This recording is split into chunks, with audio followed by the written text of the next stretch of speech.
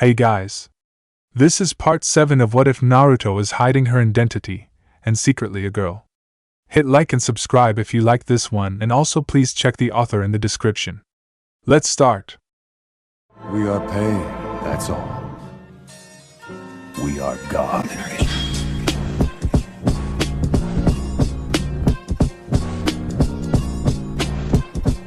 Chapter 36, Protection. Shikaku's POV. He tried to sit and read, but after one line found himself standing and pacing through the living room. He tried to look over a list of candidates for Jonin, but again found himself pacing. Shikamaru hadn't been at the funeral. He hadn't expected that. He had thought to ask Naruto if he knew where the boy was, but seeing the blonde comforting the last Sarutobi made him walk away. Naruto was needed more there. Shikamaru was finally home, but Shikaku was at a loss as to what to do. He could count the amount of times he was at a loss on one hand. The first was when Yoshino boldly asked him out, in front of his team. The second was when he was made the Leaf's ambassador around the time the Third Great Ninja War started.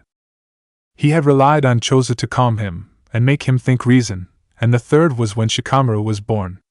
Until he held his son, he had been bewildered and terrified. Now, he was in the same state. Shikaku had expected his son to be broken from the loss of his sensei, but instead he appeared fine, perhaps a bit numb, but nothing else. If he saw some type of negative emotion from Shikamaru, he would be able to judge how to handle him, what buttons to press to make him open up and grieve properly. When he heard Yoshino struggling to get the front door open, he went to help her with the groceries she carried. His wife held a puzzled expression as they unpacked the bags. It was only a matter of time before she said something. As he put the last item away, Yoshino turned to him, folding her arms over her stomach. Naruto is outside. Is he here to visit Shikamaru? Shikaku frowned. Why didn't you let him in? No, I mean outside the gate to the estate. When he spotted me, he ran behind a tree. He looked odd. What do you mean? Shikaku watched Yoshino's frown deepen. I don't know. Misshapen perhaps. It was probably because he ran off so quickly. What do you think he was doing out there, Shika? He could have been walking past, or he could have been looking for Shikamaru. Yoshino sighed. Maybe. But do me a favor and go look for him after dinner, just in case. And take a blanket for him if he is there. Yes, dear, Shikaku assured, smiling as his wife started making dinner. He wasn't surprised when Shikamaru didn't join them for dinner. He was a little surprised that his wife made extra and put it into a disposable container. When she put it with a folded-up blanket, he knew who it was for. Once he had finished eating, he gathered up the blanket and meal and went to see if he could find Naruto. When he walked outside the gate separating the Nara estate from the rest of the village, he spotted something yellow in the trees. Looking closer, he could just make out Naruto's face. When the boy spotted him, he put his hands together, and his shape seemed to alter.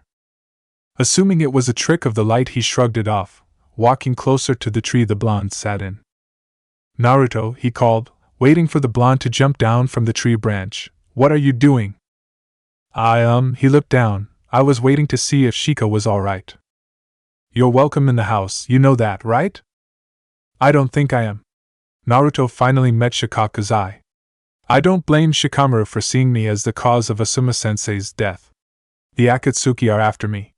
They are a threat to the Leaf because of me. And Asuma-sensei is dead. Because of the Akatsuki, not you, cut in Shikaku.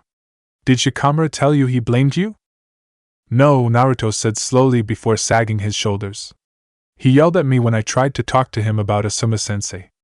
I didn't mean to make him angry. I just thought he might want someone to talk to about what happened. I still think he does, but I don't think that's me. Shikaku studied the boy in front of him.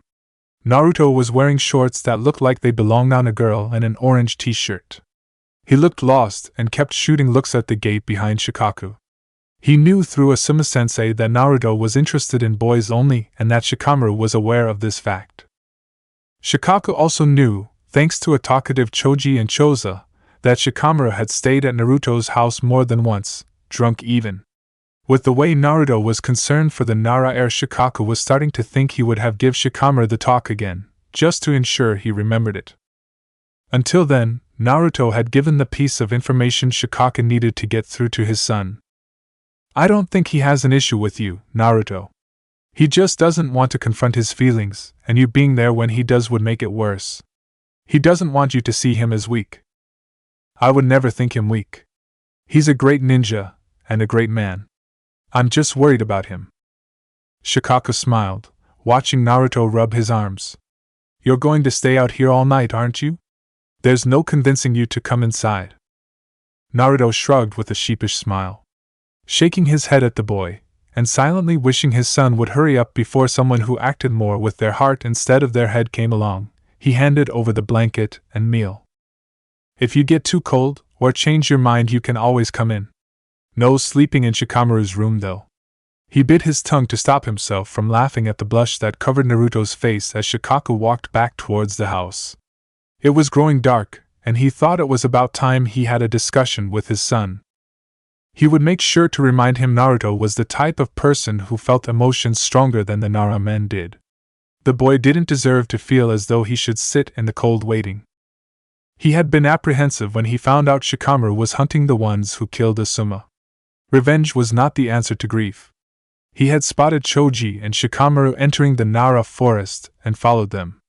When he saw what they were doing, it wasn't hard for him to work out what his son was planning, especially after having seen the shogi board.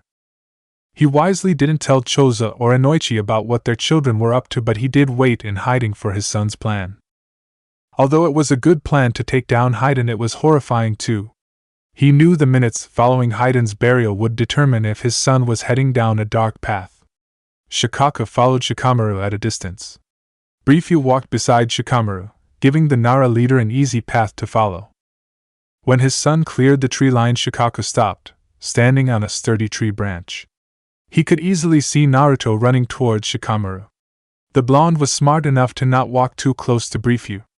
In Shikamaru's emotionally unstable, Briefyu might attack Naruto. Shikaka held his breath as Naruto spoke to Shikamaru. He didn't know what response to expect from his son. Had he just watched the boy pave his way to darkness, or simply put a stop to a deadly threat? He nearly laughed with relief when Shikamaru fell into Naruto's arms, his shoulders shaking as he sobbed. Shikamaru's heart hadn't hardened. He should have walked away, but he was enjoying seeing Naruto comforting Shikamaru. He wanted to see his son happy, and be damned, and if he could learn more about Naruto's feelings towards Shikamaru, he might be able to give some fatherly advice. He felt ashamed for not leaving them to their private moment when Shikamaru grasped Naruto's face. Shikaku did not want to witness their first kiss. Shikamaru would be mortified if he found out. But his son didn't kiss the blonde. Naruto, Shikamaru's voice shook as he spoke with urgency. Promise me that you will be careful. Promise me that you wouldn't let the Akatsuki get you. I can't lose you, especially not over the Ninetales inside you. I know you've gotten strong and you're incredibly brave. It wouldn't surprise me if you were Jonin level. But please promise me. Please. Promise you'll be safe and stay with me. With a gentle smile, Naruto reached up and wiped a tear from Shikamaru's cheek. I have Kakashi-sensei, Iruka-sensei, Captain Yamato, Pervisage, Granny Tsunade, Sakura, and even Sai backing me up. And I have you. Naruto's face turned strained. And you're wrong. I'm not strong or brave. I'm a coward. And I'm scared. I'm always afraid of what people think, of what they might do, not just to me but to the people I care about. And mostly I'm afraid of waking up back at the academy, back before you started talking to me and gave me friends. I need my friends to make me strong. And I need you to make me safe. Shikaka's eyes widened as Shikamaru gasped. He wondered if Naruto knew the weight of his statement. Even though Shikaka trusted Choza and Inoichi, he didn't feel completely safe when out with them. He still looked over his shoulder. He was still paranoid about rogue ninjas in the area. And he saw his teammates doing the same thing. But when with Yoshino, he felt calm, at peace. Their home was safe, because any rogue ninja dumb enough to attack them would be slaughtered. He would have no mercy for someone who risked harming Yoshino. He nearly fell out of the tree when he realized what he had just thought. He would cause a person pain if they tried to hurt his wife. Some might even worry that he was heading down a dark path if such a thing happened. Shikamaru wanted justice for Asuma, but taking Haiden down in such a manner, making sure that the Akatsuki member could never put himself back together, and would forever be trapped under dirt and rock, left a message. It was a message that the other Akatsuki members were bound to hear, even if they don't learn the details. And to have Haiden trapped in the Nara forest added to that message. The Akatsuki were not allowed to harm the leaf, and more, they were to keep their hands off a particular someone. The heir to the Nara clan was willing to taint his heart and soul if it meant protecting someone dear to him. He shouldn't have worried about Shikamaru. His son had been able to track down these two particular Akatsuki members because they were hunting Naruto. They might have even been planning to ambush the Jinchuriki the next time he left the village. Shikamaru was doing the same thing any ninja would have done when the person they loved was targeted. As Naruto scolded Shikamaru for not wearing his forehead protector, Shikaku smiled and turned, heading through the forest towards his house. Shikamaru's team would have to head back the long way since so few were allowed into the Nara forest. He had been surprised to see Shikamaru had taken Naruto into the forest to hide from his mother. Perhaps he had been using it as a test. He didn't see Shikamaru again until the next day. When he did arrive, he was wearing what looked like some of Shikaku's old clothing. It didn't take a genius like himself to know that Shikamaru had spent the night at Naruto's. Part of him was uncomfortable with that realization. His son was meant to stay a little boy at least a little longer. When Shikamaru saw him, he smiled and asked if he wanted to play a game of shogi. Shikaku decided to not go easy on the boy and won his first match quickly. "You're going to have to try harder than that, Shikamaru," Shikaku taunted as they reset the board. "I guess playing against Asuma-sensei and Naruto has made me a little lazy." "Naruto plays?" Shikaku asked in surprise. "I'm teaching him." Shikamaru blushed lightly as he made the first move. "Oh." Shikaku let the conversation lull for a handful of moves before deciding he had to speak up. "Shikamaru, I'm aware that you are getting older, and that you'll be participating in adult activities. But I want you to remember to be protected, even if there isn't a risk of pregnancy." Shikamaru looked up in horror, his face scarlet. "Dad, that the hell? What made you bring this topic up? I've noticed that you have stayed overnight at Naruto's a few times now. I approve of the relationship, but I want you to take it slow and remember protection. I don't think you and Naruto are dating yet, but when you do, remember what I said. And if you two are engaging in physical activity already, I think you should stop until you are together. I know you love him, and starting off a relationship like that is liable to end badly. I've seen it happen. Though sometimes it ends well, but I don't want you risking something I know is important to you." Shikamaru had buried his face into his hands. "Dad, please stop talking," he pleaded. "Naruto and I aren't having sex. I just crash at his place sometimes. It's comforting to know he's safe. And you're right that we aren't together yet. But you do love him, am I right?" "Yes," Shikamaru admitted, slowly lifting his head. "I've tried to tell him, but every time I try, something stops me. There is a mental block and I can't work out where it comes from." "When was the first time you came across this block?" Shikaku asked, studying his son. Shikamaru blushed again. "We were in the forest."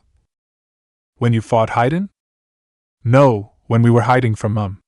I thought you were lurking during my fight with Haiden though. I tried to tell Naruto, but something stopped me.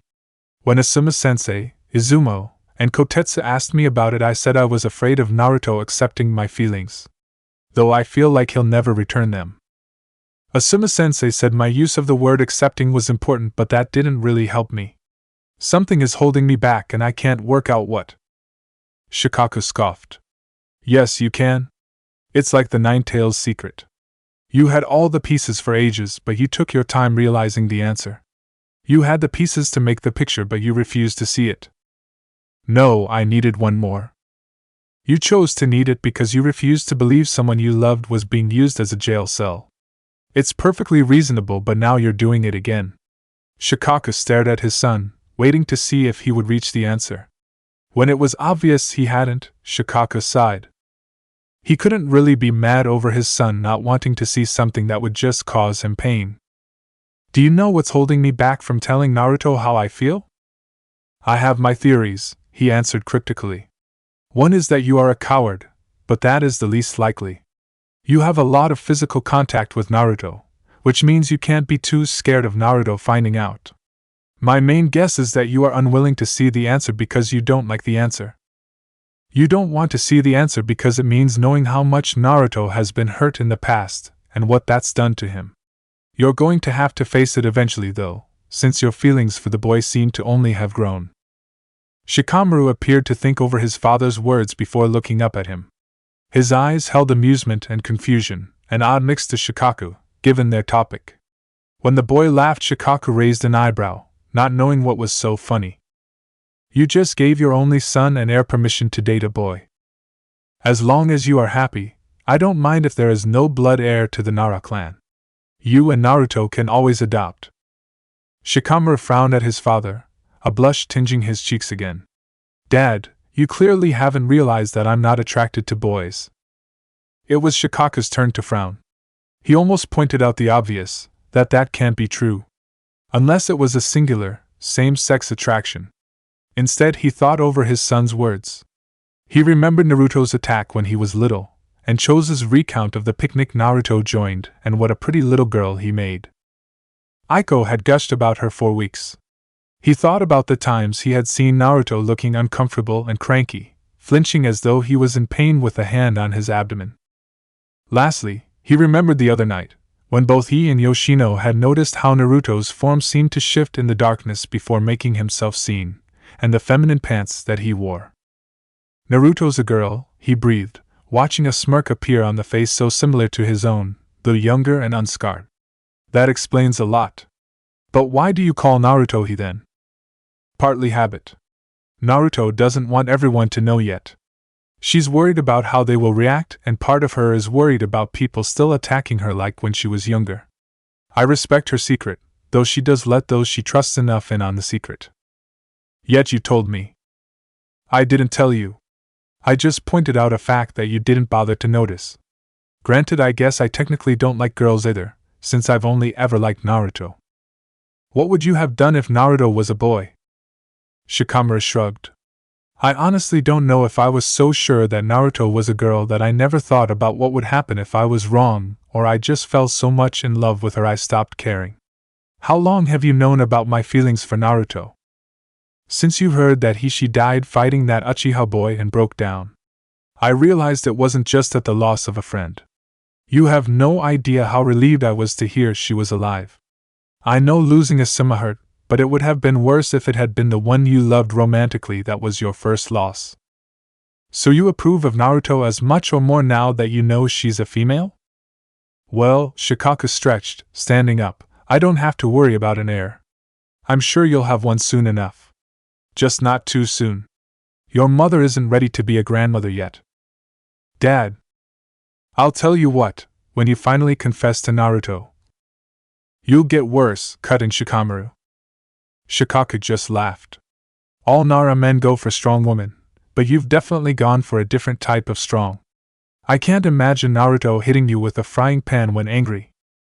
No, but she is likely to draw on my face whilst I sleep, run my underwear up the flagpole, and paint my biggest secret onto the Hokage faces. With a snort, Shikaku grinned. That's one of the reasons I approve of her. She's a good match for you. Shikamaru just smiled back. Hey, where are you going? It's your turn. I'm just getting a drink, Shikaku replied, walking inside. He bit his tongue to stop himself from laughing as Yoshino darted into the kitchen. You little sneak, he taunted into her ear when he caught up with her. I heard you talking about protection and got worried, Yoshino whispered, as though Shikamaru risked hearing them. Are you? Shikaku took a breath. Okay with this? Yes, Yoshino assured with a smile. I was wrong to see Naruto as a monster. She is a kind, sweet bogirl. That's going to be hard to get used to. She clearly cares about our son. And he cares about her a lot. He loves her, Shikaku reminded, watching Yoshino's smile grow. Yoshino balled her hands and covered her mouth with them, reminding Shikaku of a mouse. That was one of her expressions he first fell in love with. He had thought she had outgrown it. Our little boy is in love. He's grown up so much. Do you think they will get married? I think you're planning too far ahead. We don't even know if Naruto loves him back, he chuckled. You're the one planning for their heir, Yoshino scolded, lightly slapping Shikaku's arm. Besides, of course Naruto loves him. How can she not? Shikamaru is a handsome, charming boy. Any girl will be lucky to have him. Spoken like a true mother. Shikaku smiled, grabbing 2 drinks and kissed Yoshino on the cheek as he walked past. If Shikamaru loves Naruto half as much as I love you, he won't give up on Naruto until they are together and happy. Yoshino smiled. I knew Shikamaru got his looks and charm from somewhere. Deciding to tease her a little, he stopped and looked over his shoulder. Naruto feels safe around Shikamaru, she told him herself. Yoshino looked stunned for a moment before turning away. I'm picking out wedding colors. If those two have their way, it will be orange and green. That won't do. Chuckling, Shikaku went to rejoin his son to finish their game of shogi, hopefully keeping the boy oblivious to the plotting of his mother. Chapter 37, Deserving. They had decided to go out for dinner instead of his mother cooking. As they walked into the shopping district, his mother kept smiling at him, making him feel uncomfortable. He was thankfully distracted from his mother by Naruto, who came running down the street, laughing. She kept looking over her shoulder, as though expecting to see someone in pursuit. When she spotted the Nara family, she skidded to a halt, kicking up dust as she did. Hey, she waved only to look behind her again and pull a face. Instantly she had pulled Shikamaru in front of her with her good arm. He was met by a very angry Sakura, with her fist raised. When she tried to lower it onto his head, she found she couldn't move it. She looked around before glaring at him, obviously thinking it was his shadow holding her. Except that there was no shadow. He felt a warm presence near his waist and knew without looking at the blonde that it was Naruto's chakra. Come on, Sakura, it's not Shikamaru's fault that you're a pervert like Kakashi-sensei, Naruto laughed, only to gasp dramatically and peek over Shikamaru's shoulder. Or is it his fault? Are you attracted to Shikamaru? Naruto dissolved into laughter as Shikamaru pulled a horrified expression and Sakura scoffed. I am not a pervert, Sakura snapped, stomping her foot. Oh yes you are. Konohamaru proved that. I have to now bleach my eyes, but it was totally worth it. Naruto had one hand on Shikamaru's shoulder, holding herself up. We all saw your expression. It was worse than Kakashi-sensei's with Konohamaru's first transformation. You shouldn't have taught him things like that, Sakura huffed, changing direction of the conversation. Are you kidding? I'm proud of the kid. Naruto's chakra had obviously let Sakura go, seeing as the pink-haired girl tried to swing at Naruto. Shikamaru pulled the blonde and himself out of the way before he grabbed Sakura with his shadow. What is it with you and beating up your injured teammate? Shikamaru hissed, holding Naruto to his chest and turning his back on Sakura, shielding the injured girl. Naruto, Shikaku started in a calm voice. Would you like to join us for dinner? Sure. It'll stop Kakashi-sensei from threatening to manhandle me again. At the confused look the Nara sent her, she held up the arms stuck in a cast. I couldn't use chopsticks, so he gave me a choice, willingly let him feed me or get manhandled. Please tell me you guys were getting something you can eat with your fingers. Sushi, assured Yoshino. Sweet. See ya, Sakura. Before the pink-haired girl could recover, Naruto grabbed Shikamaru and ran off from her, leaving her to vent her anger elsewhere. They didn't run too far ahead, just enough to deter her. When she had walked away, they stopped, waiting for Shikamaru's parents to catch up. What was that about? Naruto laughed. Konohamaru ambushed me after lunch and wanted to show me his new form of sexy jutsu. It got Kakashi-sensei. It was 2 naked girls. Sakura hit him and went off at us for being perverts, so he turned himself into Sai and Sasuke. I nearly threw up. Kakashi-sensei was disturbed. I don't think Sai knew what was going on, and Sakura was staring with a gross grin on her face.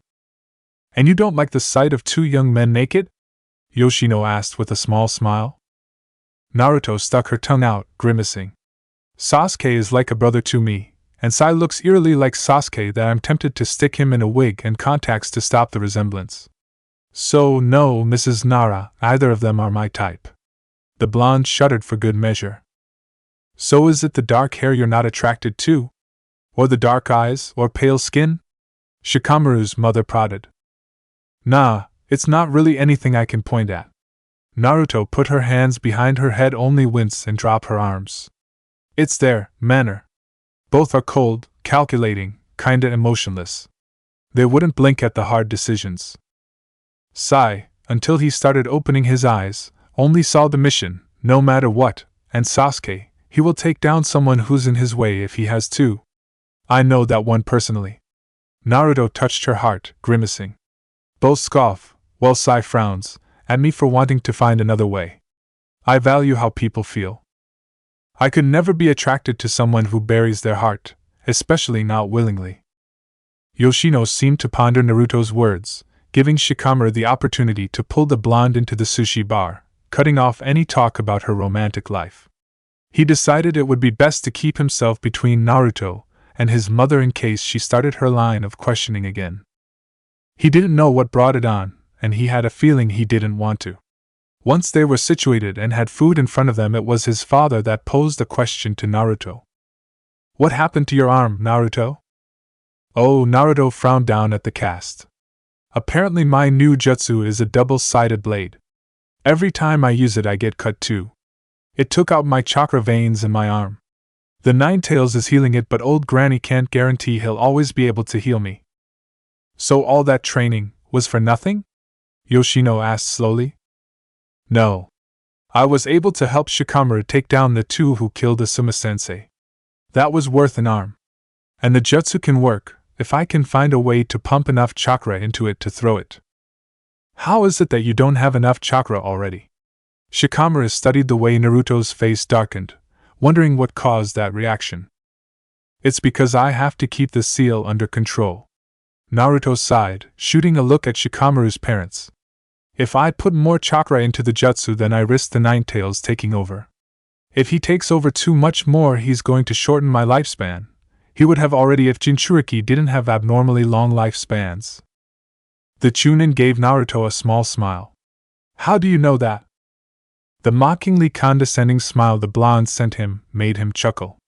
You really think I didn't look up what I am? She popped a piece of sushi into her mouth, looking smug. That was very wise of you, commended Shikaku. Thanks, but I still need to think of a way to throw the raisin shuriken, otherwise I can't use it. I'm planning to use the time it takes for my arm to heal to do some research. Though there really isn't much on Jinchurikis and their seals. How has work been for you, Shikaku? Dinner was filled with easy conversation between the three Naros and Naruto. By the time they left the restaurant it was dark. The streets were filled with those who frequented the bars. Kotetsu and Izumo were two such people.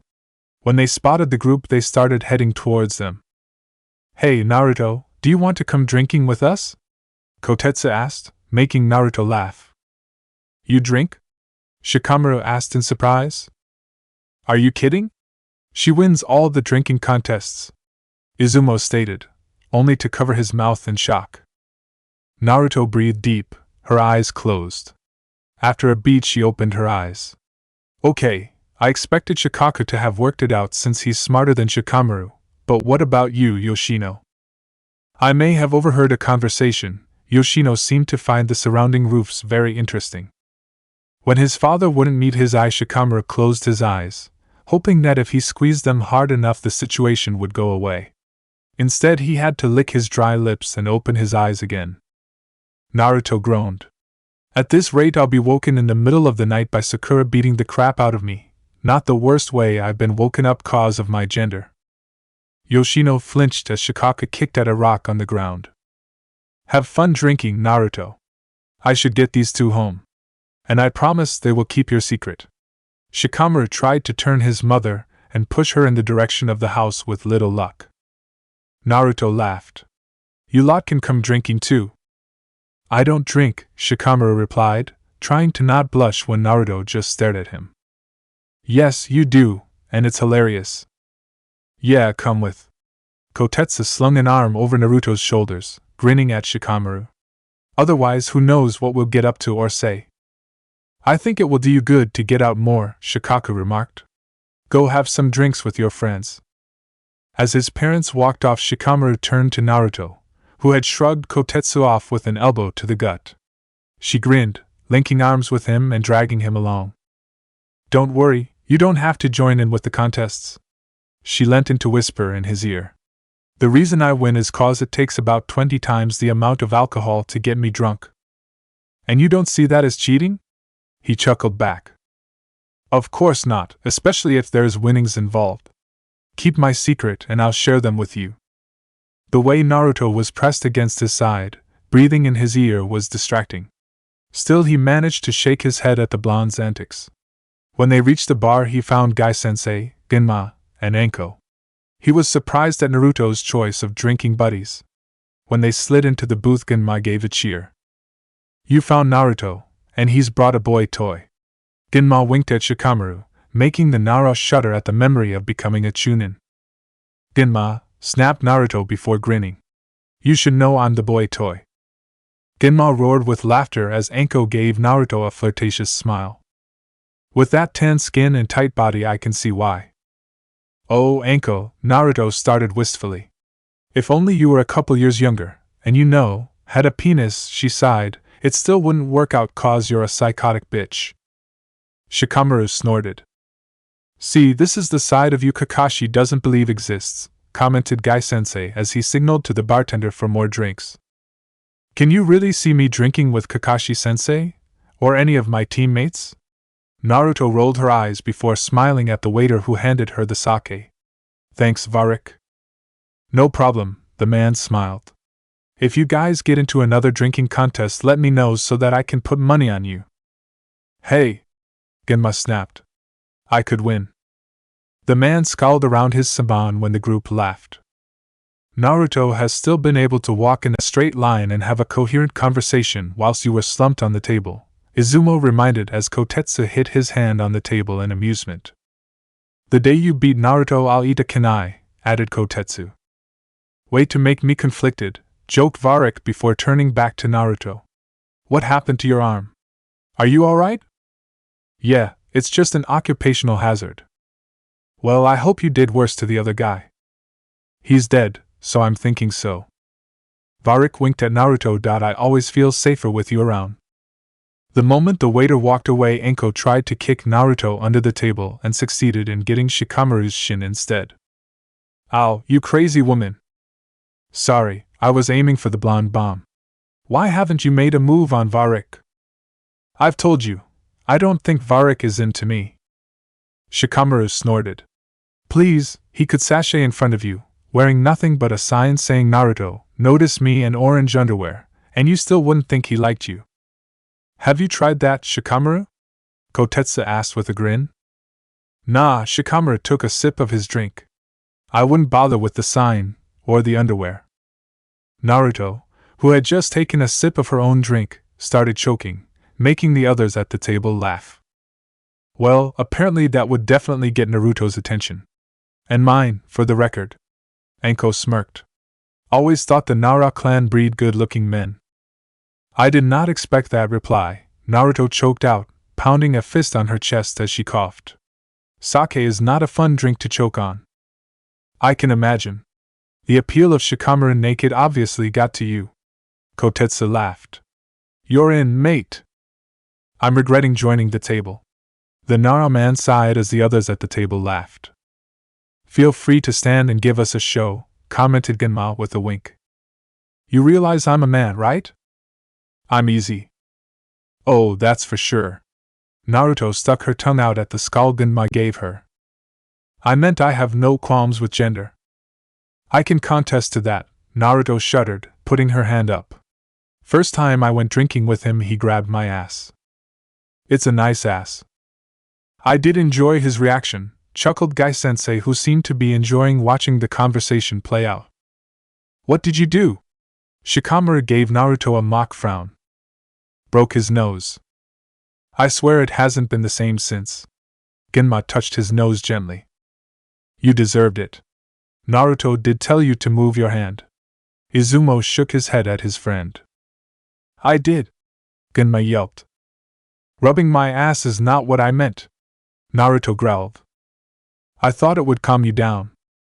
You touching me does not calm me down, Gunma. Good to know. Gunma winked only to yell violently and jerk his knee into the table.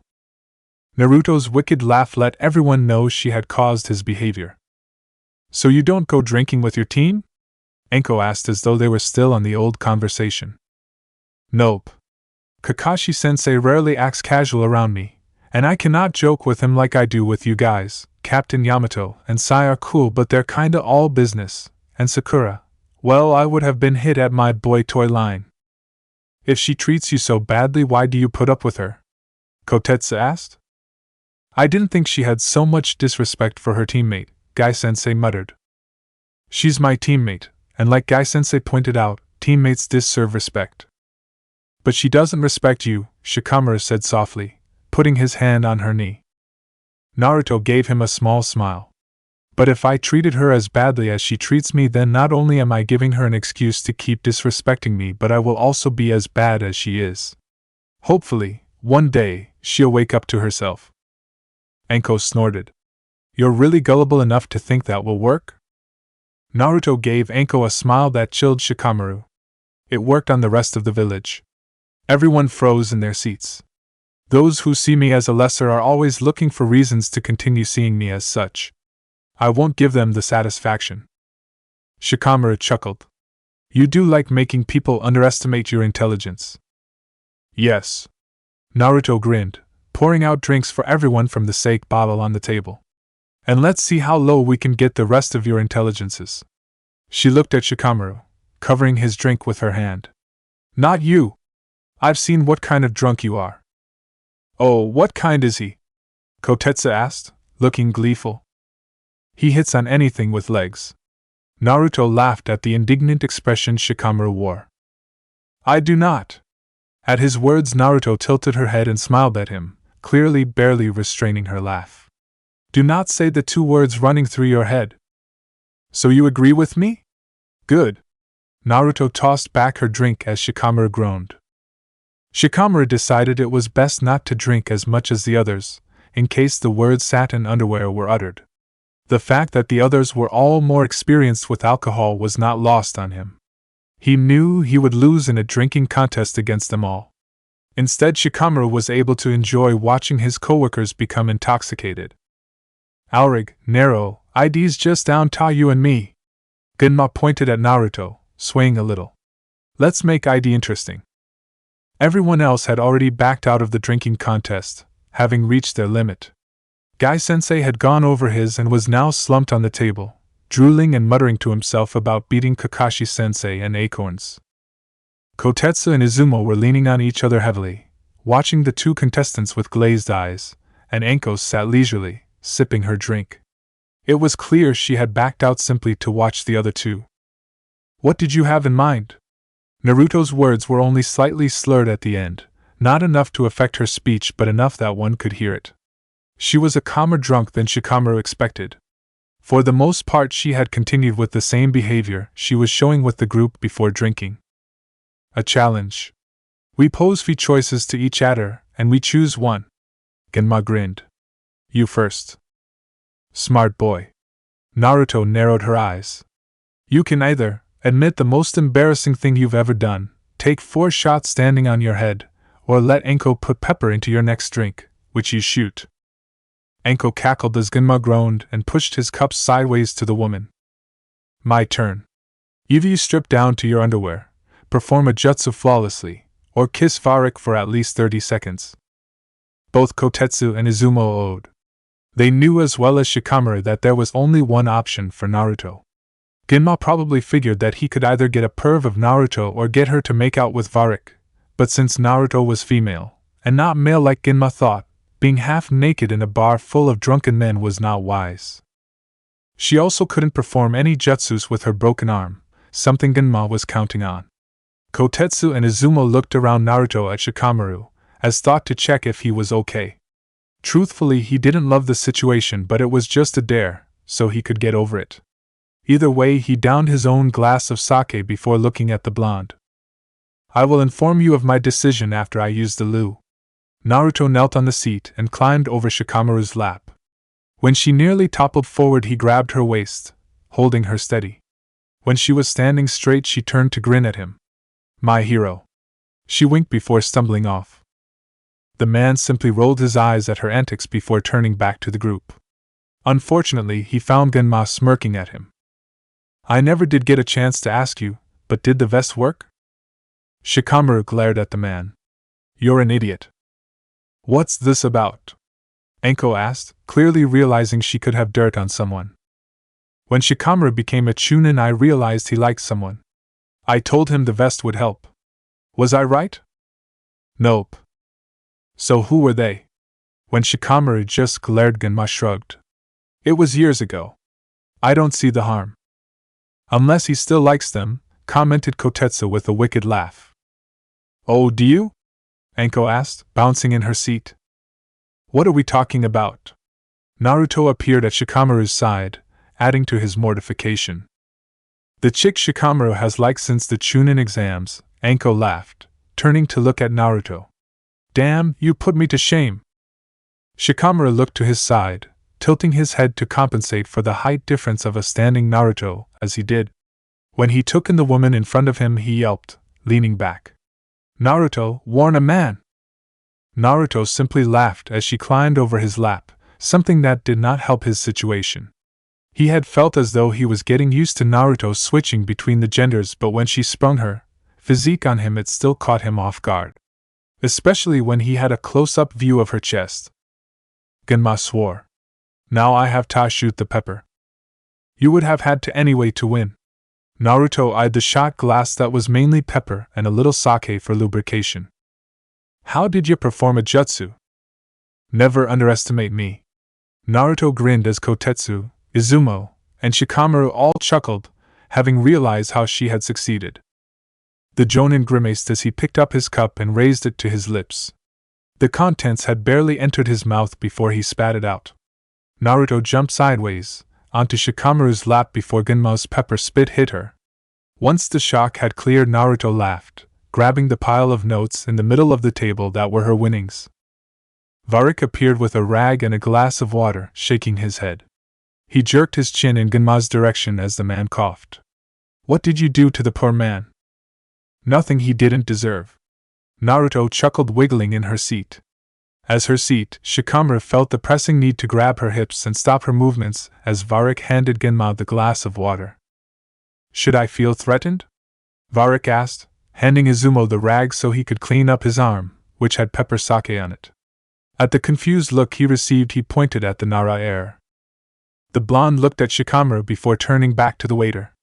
Shikamaru admitted there was nothing he could criticize about the man's appearance. He had messy, dark green hair, a decent build for a civilian, and a friendly smile. Shikamaru almost didn't want to hear Naruto's answer. That changed when the blonde shot him a cheeky smile over her shoulder. Well, Shika is a genius, charming, good-looking, and has abs, so yes, you should feel very threatened. Hey, I can get you free alcohol, Varrick challenged light-heartedly. When Naruto looked at him over her shoulder, Shikamaru shrugged. I can pay for your alcohol. You win.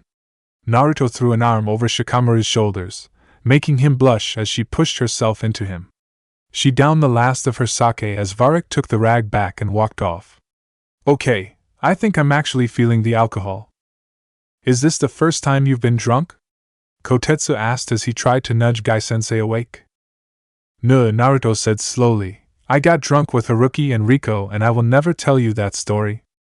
And you think I'm a bad drunk? I never said bad, Shikamaru. And I think it's time to go home.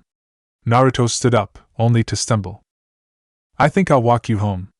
He shot a look at the rest of the group in time to see Genma dump the rest of his water onto Gai-sensei, who shot up, looking bewildered. I think I'll be making sure all these boys get home safe too. Anko sighed.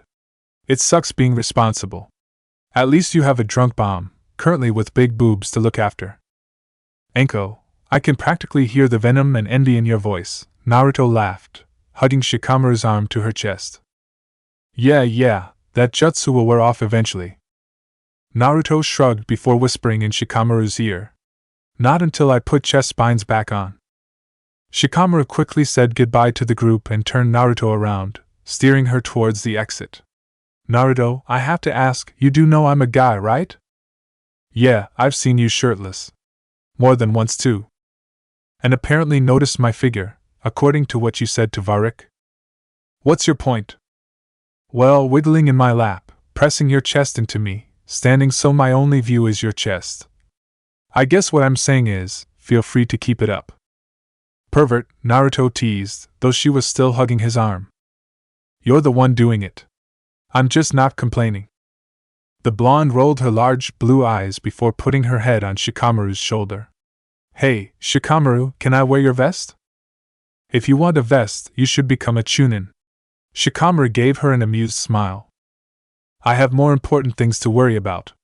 I have to focus on saving Sasuke and fighting the Akatsuki. I don't know their plan with me, but I know it's not good for everyone else. You know, you constantly surprise me. I can predict everyone else's behavior if I focus, but not yours. Is that a bad thing? Naruto sighed. Not even a little. It's what makes you so amazing and interesting. Shikamaru shrugged Naruto off so that he could pull off his vest. He then helped Naruto into it, since her broken arm was a hindrance. Once it was on, he watched Naruto drop her head, chuckling sadly. What? I can't zip it up. Naruto tried, only to reach just under her chest, where the vest wouldn't close. Shikamaru laughed before Naruto gave a yelp. The Chunin watched as Naruto was lifted into the air by a dark figure. Naruto! The figure cried happily. Long time no see. The voice sounded familiar, and Temari walking up to the group confirmed it. Kankuro grinned over Naruto's shoulder before his face went slack. Shikamaru looked at Naruto, wondering if the girl had kicked him. Her knees were up to her torso, so that wasn't it. Her face was also turning bright red. When Naruto dropped her legs a little, Shikamaru saw Kankuro's hands twitching in what seemed to be confusion. Naruto, Kankuro asked slowly as Temari walked around the two to see what was happening. Her face resembled her brother's when she saw Naruto's form. What am I holding? I believe they call them boobs, Naruto replied awkwardly. The sand ninja yelped before dropping the blonde onto the ground. Naruto grumbled as she glared at the man. Shikamaru held out his hand, pulling Naruto to her feet as Kankuro pointed a shaky finger at the genin. Naruto, why do you have boobs? Good question. I'm not gonna answer it though. Naruto rubbing her behind with her non-broken hand. Naruto, are you a girl? Kankuro probes. Another good question. I'm not gonna answer it though. Naruto, are you drunk? Temari asked. Another good question. Yes, I am. I think the Ninetales is so busy with my arm he can't stop the alcohol. Yeah, your questions get answered, Kankuro grumbled. What are you two doing here? Shikamaru asked. I thought the Chunin exams were postponed until the Akatsuki were dealt with. They are, but we have business with Lady Tsunade about the Akatsuki and their plans. We want to get the other Kage to at least tell us if their Jinchuriki are safe, and if they are currently alive, to look after them, the puppet master explained. Do we know how many there are? Naruto asked, leaning into Shikamaru. 9, and we aren't sure if they are going in order. It appears so, but they also attacked you when you went after Gaara. It's unclear if they did that because it was an opportunity or because they don't have an order. Temari sighed. The problem is that the Kage don't exactly like to cooperate. We're hoping that if Lady Tsunade agrees to work with Gaara, that will make the other 3 pay attention. That sucks. Naruto stumbled as she tried to step forward. Alright, Shikamaru chuckled, putting an arm around Naruto's waist. Let's get you to your apartment before you collapse.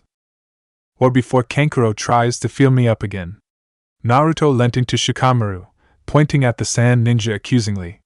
Next time I'll hit you, and since I'm drunk and a righty I might forget that my hand is in a cast, and that will just hurt the both of us.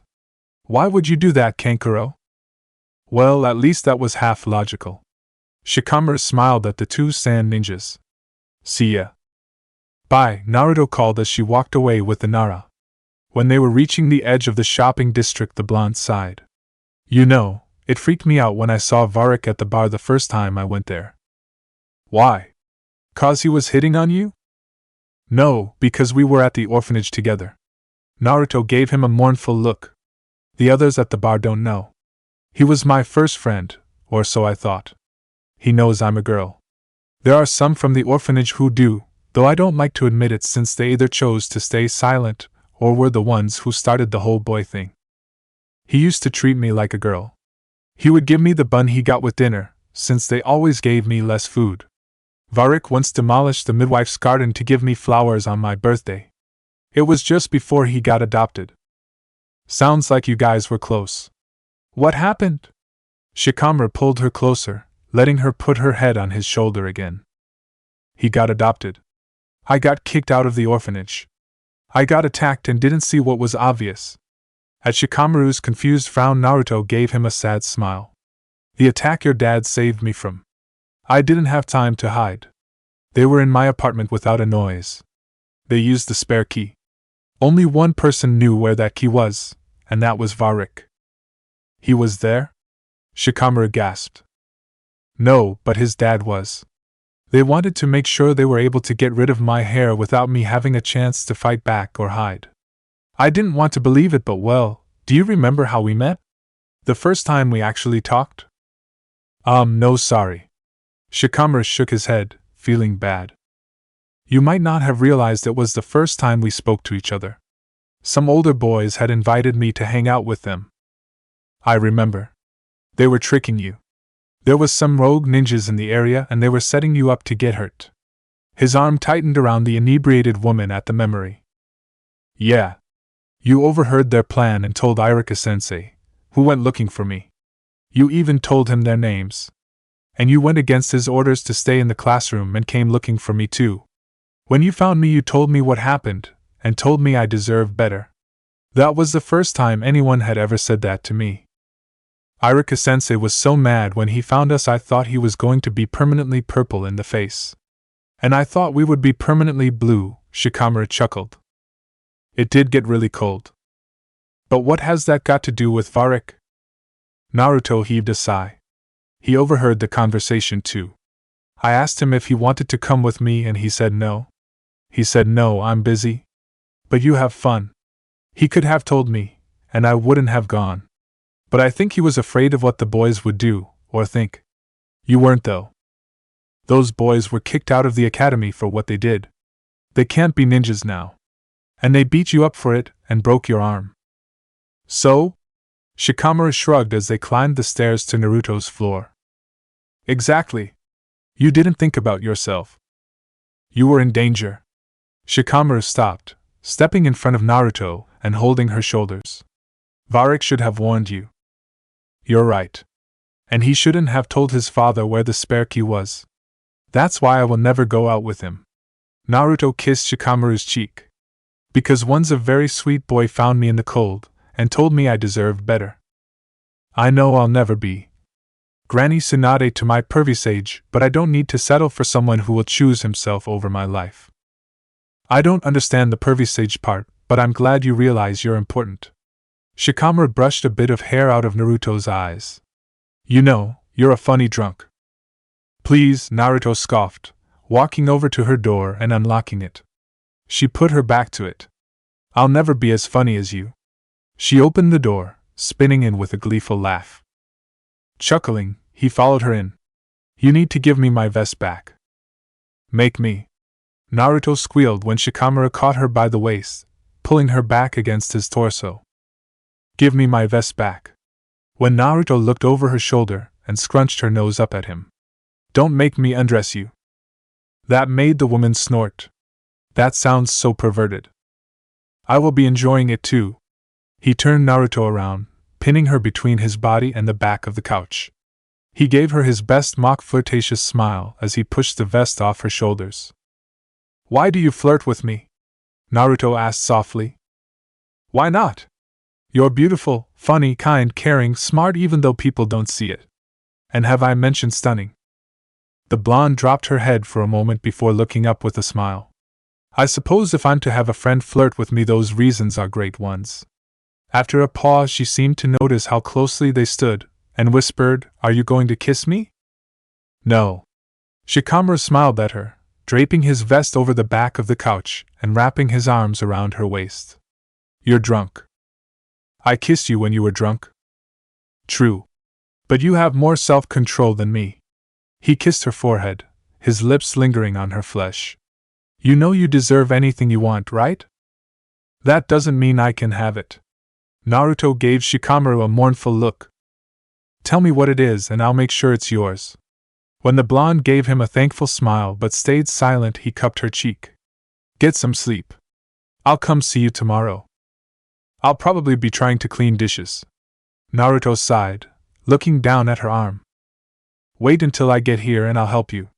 Putting his vest on, Shikamaru headed towards the door. Good night, Naruto. Good night, Shikamaru. Naruto closed the door behind him, and he could hear the lock being turned. He had never realized that she had multiple bolts on the door. Sighing, Shikamaru made his way through the village to the Nara estate.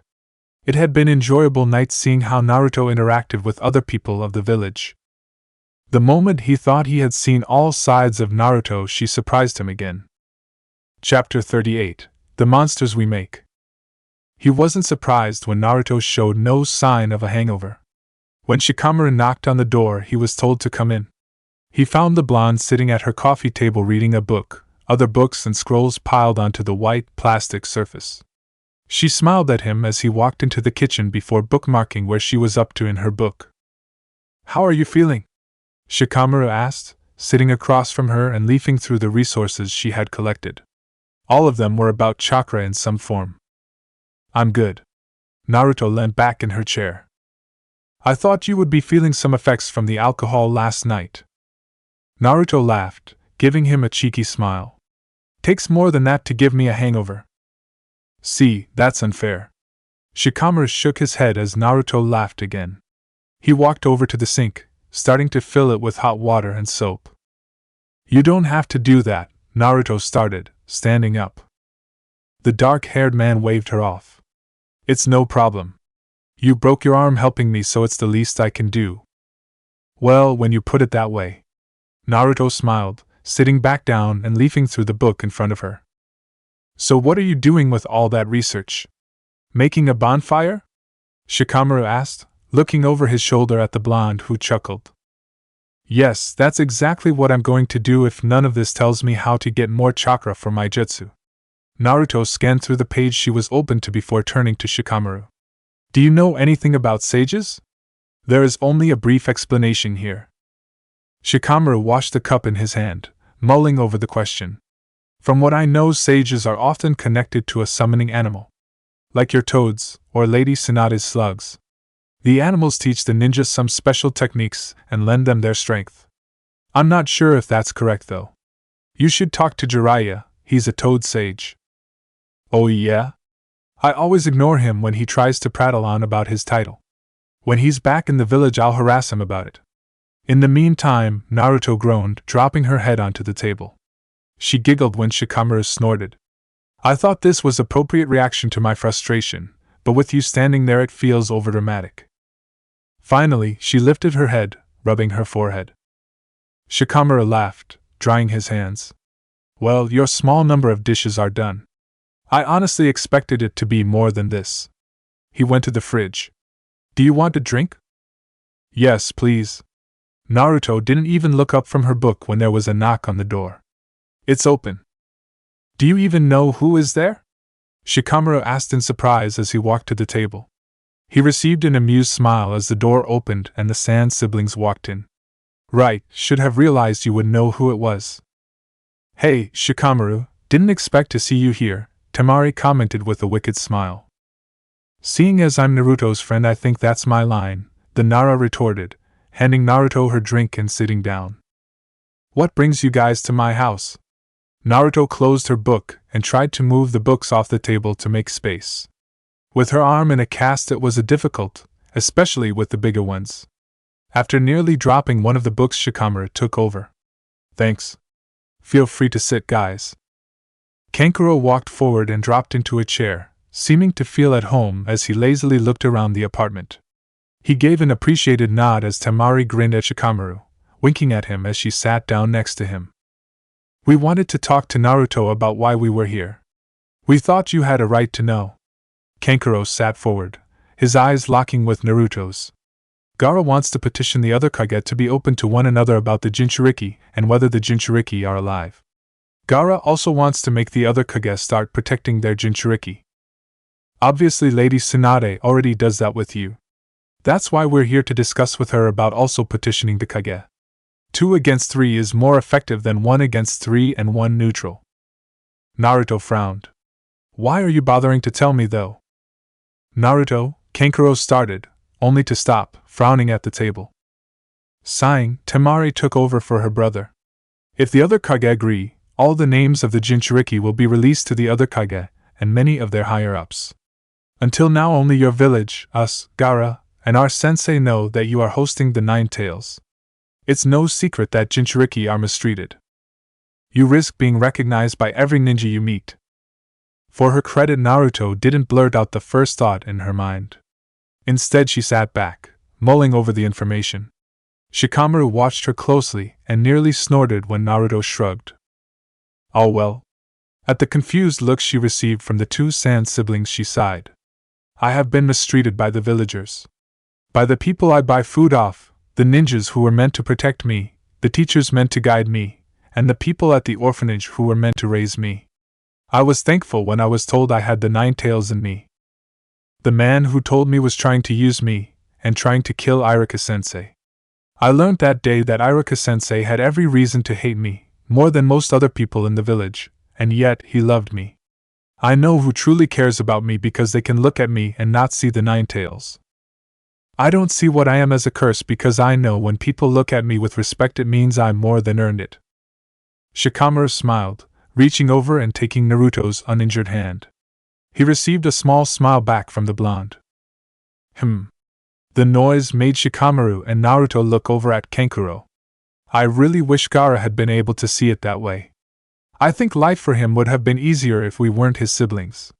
Dad wasn't exactly fatherly towards us, but he still acknowledged us. For years he just put Gaara into this lush room and left our uncle to look after him. When our uncle died he let us meet Gaara. For 6 years we thought he was a stillborn and Gaara didn't know we existed. Then he found out that he had 2 siblings that Dad actually spent some time with, and were allowed out into the village without everyone worried they would explode. We should have been there for him from the start, but since we weren't I feel like he should never have found out about us. Kankuro, Temari said softly, you've been a great brother. You've always tested Gaara's food before letting him have it so he wouldn't be poisoned. He still doesn't know you do that. Yeah, but we let people mistreat him. And he became a monster. For years I was afraid of him. I thought he was violent and evil and had no heart. I looked at him and saw the Shikaku. I thought that they were one and the same. I thought Jinchurikis were just like that, and no one ever made me think otherwise. No one, until I met you, Naruto. The way Gaara sought you out the moment he entered the village made me think you were different. Every time you were around he stared at you. I studied you, wondering why you were causing this reaction in my brother. When you guys fought I understood why, but it just confused me more. Why weren't you like my brother? Why had you declared you would beat that long-haired guy for hurting that girl, what's her name? Hinata, Naruto added. Hinata. Why did you care so much? Why did people laugh at you and think you were going to lose your fights? I thought they should have been walking on eggshells around you. It was after we got back to the village and Gaara started to actively change that I realized what happened. Shikaku wasn't the monster I was looking at. Gaara was a separate monster, which we had created. Jinchuriki weren't turned into monsters by the tailed beasts. They were turned into monsters by the way the villagers treating them. I don't know how you turned out so caring, Naruto. Naruto sighed, a small smile on her face. I had a Hokage who didn't try to kill me. I had Iruka-sensei who cared about me, some reluctant friends, and someone who cared enough to notice I was illiterate, and leave me a frog wallet when they realized I didn't have one. Shikamaru tried not to blush as he gave Naruto's hand a squeeze. She smiled at him, squeezing his hand back. Gaara is lucky to have you too. Honestly, the reason he was able to come back from the person he had become was because he realized he had 2 people who would do anything for him and loved him. You only need one person to stop you from falling into darkness. The more people you have to pull you away from the edge, the easier it is to find more people to support you. Thank you for helping Gaara to see that. Temari blinked rapidly, sniffing. When the three looked at her, she turned her head away, trying to hide the tears in her eyes. Anytime. Naruto took a sip of her drink before meeting Kankuro's gaze. Perhaps you should mention to old Granny and Gaara that this petition will be a good time to put forward better treatment for Jinchuriki. Gaara commented to me last time I saw him that he had found it odd how I was territorial of the village during the Chunin exams until he became Kazekage. It was because the people precious to me live here. If the other Jinchuriki have someone precious in their village, they will do anything for that village. The least the village can do in return is treating them with some dignity. The Nara heir blinked at the venom in Naruto's voice. He had always thought the blonde had let all the horrible things roll off her back. He knew she was still hurt by the memory of her childhood, but he had never thought her angered by it. He was actually glad to see this side of Naruto. To know the village still had to prove itself to her made him proud of her. He had always assumed she had forgiven them all without cause. It was good to know they had work to do before they earned Naruto as their Hokage.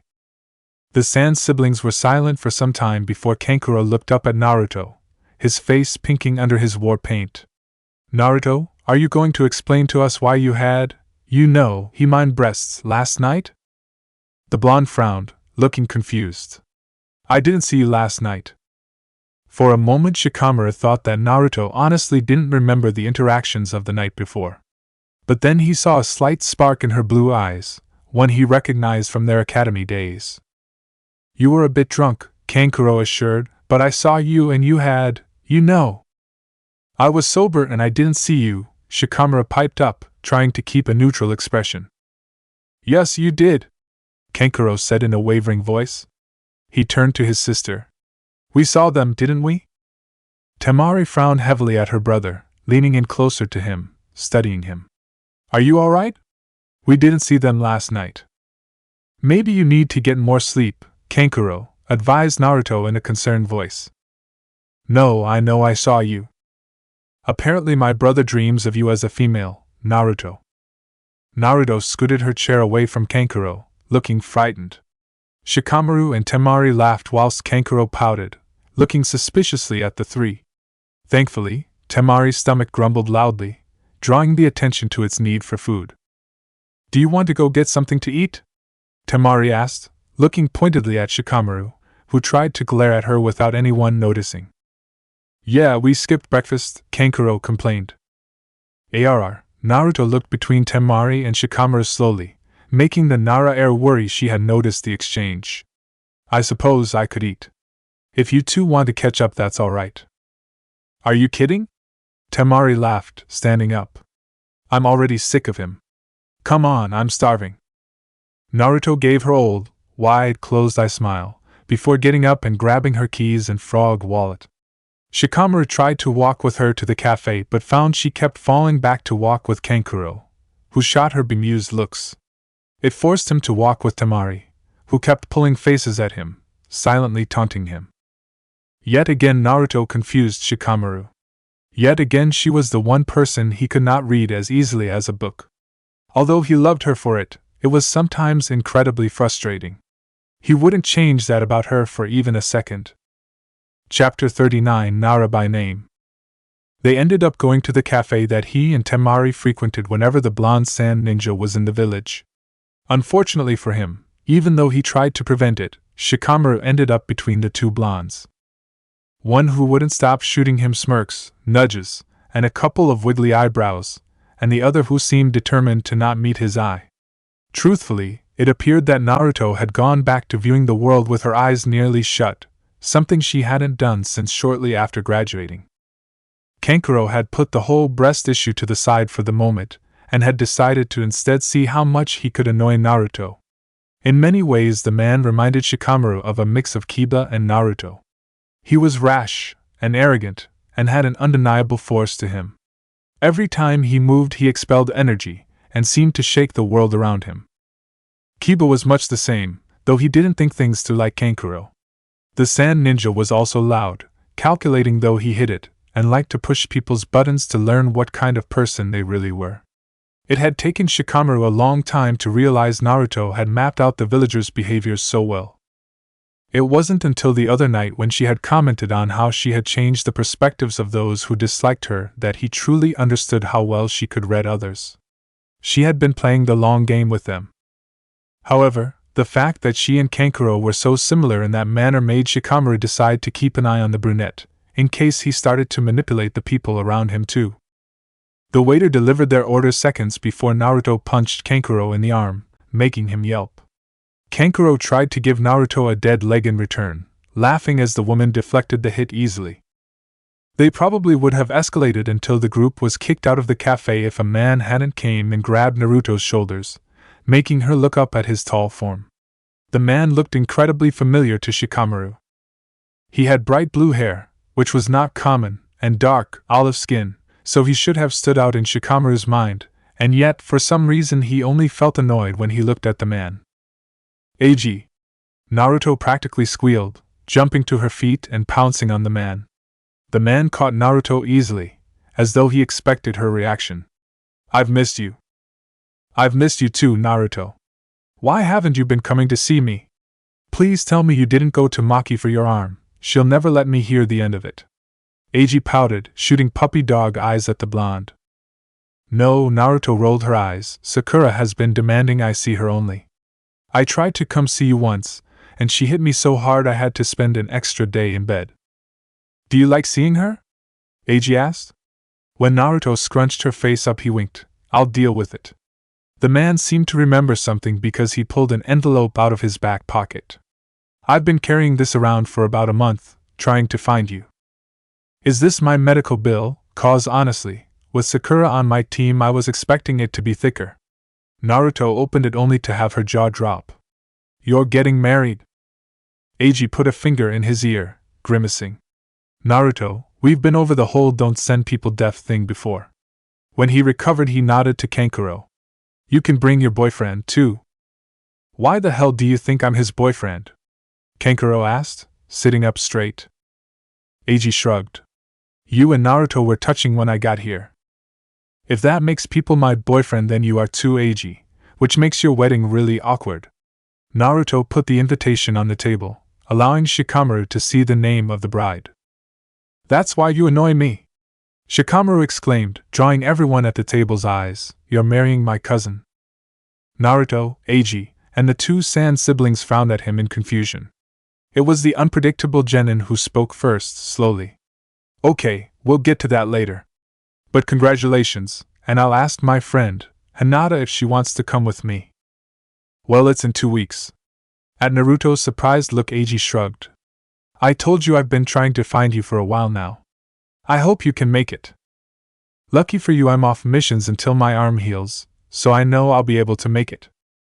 Ag smiled, leaning down to look Naruto into the eye. "I also found some scrolls from the Uzumaki clan. I've been saving them for you. And I can probably give you something to help with the arm. Come see me tomorrow and I'll give it all to you." With one last hug, Ag kissed Naruto on the forehead. "I'll let you get to your meal before it goes cold. See ya, you little terror." When Naruto sat back down to eat her breakfast she had a large smile on her face. She didn't seem to feel like offering an explanation, but whatever awkwardness she had been suffering had left her. It didn't matter that Naruto wasn't talking about the interaction. It was clear that Ag was one of the healers who looked after her and treated her like a human. Temari, much to Shikamaru's dismay, didn't care so much with who Ag was but the topic he had brought up. She used Ag as an excuse to open a discussion about marriage rituals and traditions from her village and how they may differ from those in the Leaf. The whole time she kept nudging Shikamaru under the table and smirking at him. When Temari asked Naruto how the traditions varied, the blonde looked up, her mouth full and syrup running down her chin. Naruto shrugged, swallowing thickly. "I don't know anything about weddings or marriage traditions. I guess I'll learn some of it at Eiji's wedding." "Then why don't we leave this topic until another day, or never," Shikamaru suggested, trying to not sound too eager. "Or until Naruto needs to know," Temari taunted. Luckily, she did move to another topic, instead talking to Naruto about how Gaara was doing both personally and professionally. Apparently Temari and Kankuro were taking bets on whether or not Gaara was developing feelings for the head of the information department. She was 2 years Gaara's junior, very talented, and apparently very pretty and sweet. I'm trying to convince Kankuro to give Gaara the talk. Temari sighed. And I told you I'm not giving our Kazekage the talk. Let Sensei do it, Kankuro grumbled, glaring at his sister. Come to think of it though, Gaara might not know about marriage customs and other traditions from our village. We should check on that. The Kazekage should know things like that. I'll make a note, and we can discuss it with him when we get home. Better plan. We can get Hatsumi to do it, since she's the head of the information department. She would know more about the topics than we do. The Sand siblings both laughed, making Shikamaru feel bad for Gaara.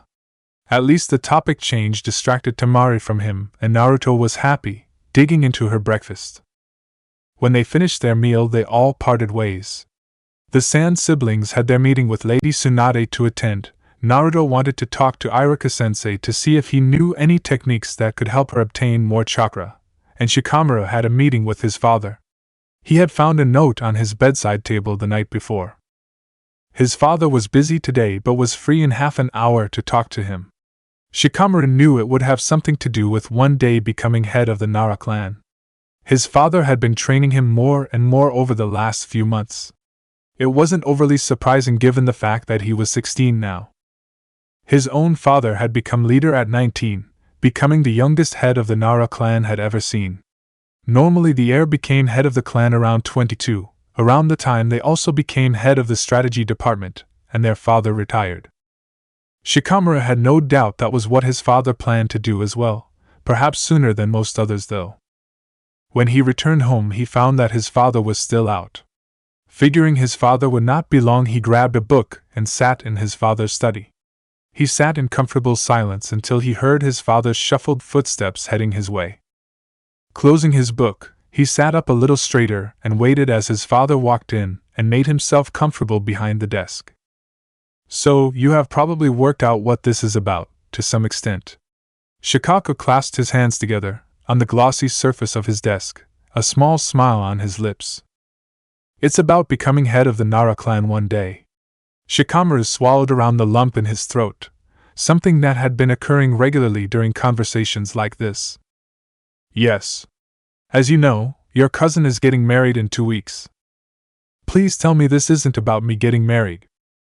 If you didn't interrupt me, you would know that it's about her fiancé, Eiji. He was a nomad until he came to the village to learn medical jutsus. He was banished from his family for his decision. He has no family, no last name, and no clan, just a village. He has filled out a petition to join the Nara clan. I have decided that you will make the decision. Shikaku's smile widened a little. Fair enough. I've met him, it'll make Eri happy, so sure. He could see by the frown on his father's face that he had not given the right answer. What? He seems like a good guy. Shikaku sighed. Shikamaru, I don't think you understand what it means to let someone into the clan. If he and Eri divorce, he is still a Nara. If he does anything to dishonor himself, the consequences will fall on your head as well, since you let him in. You must think this through. And do not simply decide to not let him in because it is easier. The first petition I received I declined, though I had my reasons. Danny was not suited for the clan at the time. Danny, Uncle Satoru's best friend? But he is a Nara. He petitioned me again 5 years later, as is his right, and I let him in. I had told him why I declined him, and he fixed the problem. At Shikamaru's curious look he elaborated. He and your uncle would get into fights every time they were in the same room together. Danny decided to fix that in the 5 years and made them best friends. I was so impressed that I had to say yes. I feel like there is something you're not telling me. Shikamaru crossed his arms, staring expectantly at his father. Yes, there is. See, there is a rule for women. A woman who marries a Nara will be allowed into the clan when she has her first child. She is important to the clan because she carries the future of the clan and raises them. However, your wife will not be the same. Shikamaru frowned, trying to understand. Why wouldn't she be accepted in? If the other women are accepted because they raise and nurture the next generation of Nara, Why wouldn't my wife, who would be raising and nurturing the next heir, be let in as well? Do you want me to keep pretending you're not picturing Naruto? Dad. Sorry, I'll keep pretending. Anyway, your situation is different because you need to get permission from the council to marry. If you decline enough partners from joining the clan, then the council might hold it against you. Danny's wife Miko tried to do that when I wanted to marry your mother. Luckily, Danny talked her out of it since he saw sense in my reasoning. But if you are too lenient, you might let someone into the clan who does not belong. This is a test for you, practice. I might not tell the council who made the decision, just to protect you for a bit longer. I haven't decided yet. But you would already have an opinion on whether Eiji should join the clan or not, wouldn't you? Shikamaru asked with a cheeky smile. No, actually, I don't. I have not met the boy at all. I made sure of this so I wouldn't have an opinion. I will see him for the first time at the wedding, where you will announce if he has joined the clan. So I'll put a damper on the wedding if I decide not to let him join. Great. No, you will only announce if he has been accepted. It could simply be that you haven't made up your mind yet if you do not say anything. It happens, so there is always still hope. Hence the wedding isn't ruined. Shikamaru sighed. Fine. I'll do it. I guess I should start with getting to know the guy. What a drag. Chapter 40, Stag Mentality. He took a deep breath and raised his fist to knock on the door. He paused, having to will his hand to make contact with the wood. With a sigh of defeat, he knocked, listening as someone walked closer to the door. When the door was flung open, he caught a whiff of flowery perfume. He met the wide green eyes of the woman standing before him. He had been so busy with missions and his cousin had been busy looking after the deer that he hadn't had the time to realize he had grown taller than his cousin. Shikamaru couldn't help but smirk when Eri scowled up at him. So not fair. You used to be a shrimp. Eri crossed her arms. I grew out of it. Unfortunately for you, you'll be a shrimp for the rest of your life. Shikamaru grinned, leaning on the doorway. So, can we talk? Sure, come in. Eri turned, playing with one of her curls as she went. When they reached her kitchen, she turned, biting her lip. This is about Eiji's petition, isn't it? Is Uncle Shikaku thinking about saying no? Calm down, Eri, breath. Dad is just teaching me how to take over, so he wants me to do the leg work. He hasn't made a decision yet. So, you're here to talk to Eiji? 'Cause he still lives in his own place. He can't move in here until we're married. At Shikamaru's frown, Eri sighed. Because this is the Nara estate. Turns out you need to get the head of the Nara clan to approve someone moving into the estate. So, whoever you want to shack up with will be allowed in. I think it's so the clan can meet your partner. Shikamaru sighed. Clan politics are a headache. Just so you know, I plan to become best buddies with your girlfriend, when you finally have one, and embarrass you to no end and find out all your secrets. Eri stuck her tongue out at him. And I'll tell Eiji stories about you from when you were younger. Eiji already knows what I was like when I was younger. You have no stories that will embarrass me. Shikamaru smirked, his arms crossed over his chest. I never said they would be true stories. When Eri huffed at him, he decided to move on. So, I was hoping you could tell me how you and your fiancé met. Oh, that's easy. It's thanks to you. An eyebrow arched at his disbelief. Explain. You remember your first mission as leader? Well, I went into the hospital to see if you were alright. I had only heard that there were at least 2 in critical condition but didn't know who. When I went looking for you, I found Eiji. He told me that Uncle Shikaku had just asked about you too and that you were in his patient's room. He showed me to their room, Naruto's it was, and we saw you two sleeping next to each other. So cute.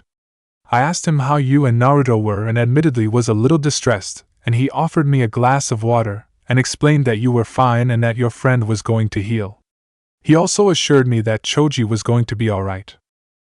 It was only after about 2 hours of him calming me down and letting me fret and cry that I found out he had been off work for that whole time. He had been working for about 16 hours and was tired but didn't say anything. He asked me out for a late dinner and walked me home after that. I came in to see if Choji was alright the next day and saw him again, and he asked me out on a real date. Been together ever since. So that's how you two met. Shikamaru cleared his throat, tightening his arms over his chest. You really think you can bypass the fact that I saw you sleeping next to someone? Eri asked with a grin. I was hoping yes. No way. Eiji left Naruto's folder open on his coffee table the other day. I've seen her medical file and a picture of what she looks like without her binds. Who knew you liked busted woman, Shikamaru, such a naughty boy. Naruto and I haven't done anything if that's what you're wondering. She doesn't even know about my feelings. Eri wore a gleeful smile, one Shikamaru knew too well. She had something to lord over him and make him squirm.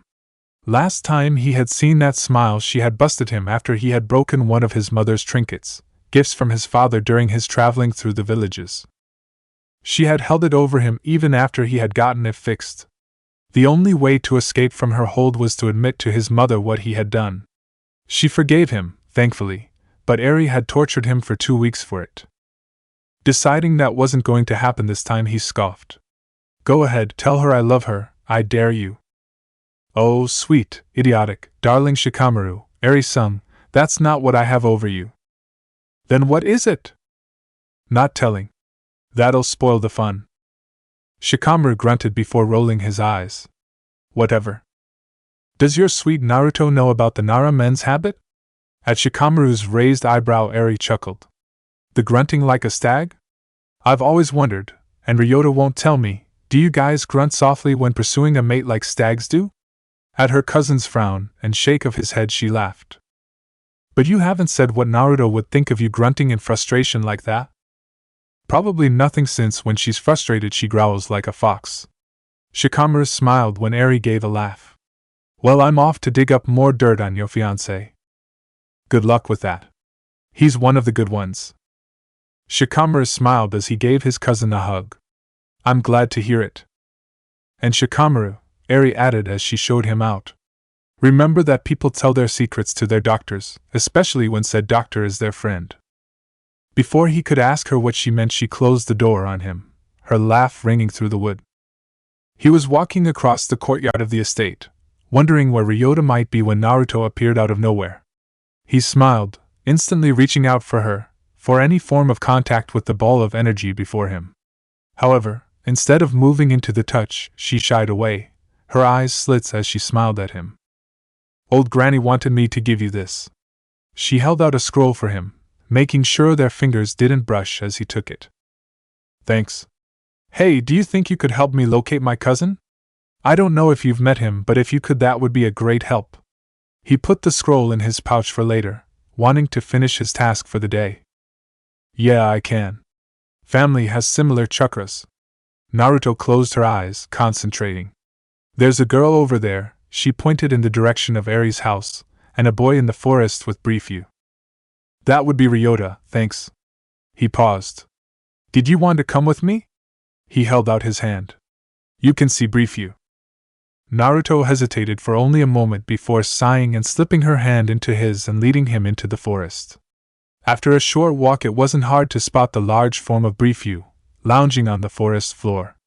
Shikamaru was relieved to see that his cousin was nowhere near Haiden's burial place. There was no way he was letting Naruto set foot near that man, even if he had no hope of getting out. Ryota looked up from where he sat on a fallen log as they drew near. He frowned at Naruto before looking at Shikamaru questioningly. In response, Shikamaru simply gave a slight nod. Ryota then shifted his gaze to Shikamaru's and Naruto's conjoined hands. However, his cousin did not ask for answers as he simply observed the blonde. Wow, I would not have pegged you for a Nara if your chakra didn't fit one, Naruto stated, patting Briefyu's snout when he nudged her free hand. Shikamaru looked at his cousin, holding back a bark of laughter. Ryota had inherited all the looks of his mother. Whilst his twin sister had the black hair of the Nara clan, Ryota had his mother's curly, light brown hair, and the same green eyes as his sister and mother. He was the same height as Shikamaru, even being 3 years older, but had much broader shoulders. Ryota grinned. Looking at Shikamaru, I take that as a compliment. Naruto scoffed before noticing what laid before the older Nara. Are they baby deer? Fawns, Shikamaru corrected gently. Can I touch them? Naruto whispered, looking fascinated as she watched one of the fawns suckle from the bottle in Ryota's hand. Briefyu might not like that, Ryota warned. Shikamaru looked at Briefyu, who had moved closer to Naruto. I think it'll be fine. Come on. He let go of Naruto's hand, putting his arm around her waist and grabbing her hand with his other hand. Slowly, he guided Naruto's hand towards the closest one, a pure black buck. As Naruto's hand neared the buck, Briefyu lifted his head. The stag took a look at Naruto, and the way she was being shielded and guided by Shikamaru, and put his head back down. The little buck responded to Naruto's touch instantly. Seems like they both like you. Do you want to feed him? Ryota held out a bottle full of milk. Yeah. Naruto took the bottle as the buck climbed onto her lap. She tested the milk's temperature before putting the teat of the bottle against the buck's mouth. What's his name? Hasn't got one yet. We're pretty sure he'll be the leader of the deer when Briefyu passes, though. Wouldn't surprise me if he ended up bigger than Briefyu too. As they spoke, Briefyu had rose to his feet, walking closer to Naruto, and dropped to the ground behind her so that his side rested against her back. The ground shook as he landed. That's hard to believe, Naruto whistled, eyeing the giant stag behind her. Do you have any ideas for the name, Naruto? Shikamaru asked, ignoring as his cousin sucked air through his teeth. Naruto thought over the question, ignoring how the two Nara men were staring hard at each other. How about Phi? Shikamaru thought over the name, testing it on his tongue as his cousin continued to stare at him. Phi, I like it. Phi, what do you think? Naruto asked the buck in her lap. Phi stopped drinking long enough to nuzzle Naruto's arm. I'll take that as a yes. You got to name a Nara buck, the future leader no less, Ryota stated in a forcibly neutral voice. You must feel honored. I do. Naruto didn't budge when Shikamaru sat next to her and started patting Phi. So what brought you into the forest in the first place? I came to ask you about Eiji. Dad wants me to gather the information on him for his petition. He's a nice guy. Not sure he could look after Eri in a fight, but she can do that herself. At least he can patch up her injuries. He makes her happy. He's good with kids, always talking about this one patient of his. Apparently he's been looking after her since she was 7, or something. Yow, Naruto piped up with a two-fingered wave. That patient is you? Shikamaru asked, feeling stupid the moment he had said it. He knew Naruto had had hand-selected healers since she left the orphanage at age 7, and that Eiji was her healer. Yep. I met him the day of my attack. He nearly passed out when he saw me and then ranted for about 20 minutes. Kin, who is the oldest healer I have, had to patch me up. Eiji said he refused to touch me while he was angry because I didn't deserve a negative touch. Shikamaru paused. So he has never touched you when angry or upset? Nope. When I am, she touched her chest where Sasuke's Chidori had hit her. He had to excuse himself from the room. He came back an hour later and apologized, but he just couldn't stomach what Sasuke had done to me. He hasn't been able to say his name without anger ever since. See, an honorable man. Though he still annoys me, Ryota stated. Me too. Shikamaru smiled at his cousin, whose face was still hard from Naruto choosing Phi's name. Why does Eiji annoy you too? Naruto asked, putting the empty bottle down and stroking the now dozing buck. It's not so much Eiji as the fact that Eri is getting married, Shikamaru tried to explain. Then again, it shouldn't shock us. Eri had the least to lose. At the blonde's confusion, Ryota gave her a soft smile, obviously not having any negative feelings towards the girl.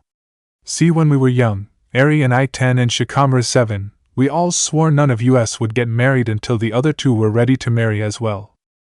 We all knew that if one of us was to get married, either Shikamaru or I, whoever was still unmarried, would be harassed by our mothers to hurry up. With Eri being the one to marry, that means both of us men will have to deal with our mothers. That wasn't a very smart deal though. Naruto frowned at both the Naras. Eiji wasn't in on the deal. What was Eri going to say when Eiji proposed? No thanks, I made a promise to my brother and cousin that we'd be single together. And even if they simply had a long engagement, you would still have the same problems off your mothers. You have a good point, good sir/madam, Ryota admitted, tipping his non-existent hat to Naruto, who laughed. I'm guessing Eri told you Naruto is a girl, Shikamaru voiced. Sort of. I knew that the Jinchuriki was a girl and I thought this was Naruto, which she confirmed when I talked of Eiji's patient. You are not doing a good job of hiding your gender lately. Shikamaru nudged Naruto, nearly stirring Phi from his sleep. I'm more just not denying it now. If someone asks me or insinuates that I am a girl, I will admit it, but I won't go out correcting them. I figure this is the easiest and most natural way for people to find out and accept it. Shikamaru couldn't help but agree with the wisdom of her choice. After looking after the 3 fawns for a bit longer, the 2 Nara males and the Uzumaki left the forest. Just before Shikamaru was to cross the tree line back into the estate, Ryota grabbed his arm, glaring at him. They let Naruto walk ahead of them, off to lunch with Irika-sensei, before Ryota spoke. What the hell were you thinking? Give it a rest. Shikamaru spat back. No, you can't just ask someone to name the next leader of the deer. You know who is meant to name him. And we just call him what until then? Buck? Yes. It was the same with Briefyu, and with Toru before him. It's been the same for generations. I've been looking after the buck carefully since his birth for the day he would be named. I think you mean Phi. And it is my decision to have Naruto name him. Ryota grunted. Once the head stag has been named, they can never be renamed, you know that. Good. Shikamaru pulled his arm out of his cousin's grasp with a grunt of his own. Because his name is Phi. Their conflict had caught the eye of their fathers, who both walked up with studying gazes in their matching eyes. The brothers looked closer to twins than Ryota and Eri did. Ryota, what is the meaning of this? Uncle Satoru asked sternly. Why don't you tell them, Shikamaru? Ryota hissed. The new buck's name is Phi. Oh, Shikaku breathed. You named him. Yeah, he broke tradition. It's his right, commented Uncle Satoru, putting a hand on his son's shoulder. And you shouldn't speak to him like that. It's his choice to spit on tradition? Just cause he's heir? Ryota, Shikaku sighed, pinching the bridge of his nose. Stop disrespecting the heir before I have to punish you. The tradition isn't always upheld. Our grandfather 3 times removed was only 5 when the new buck was born. They decided it was idiotic to wait. Is that how the clan ended up with a head stag named Tugi? Shikamaru sniggered. Yes. It wasn't the wisest decision to have a 5-year-old to pick the name. At least Phi is a suitable name. Though I am surprised you didn't wait until the appropriate time. Uncle Satoru gave his son a hard look.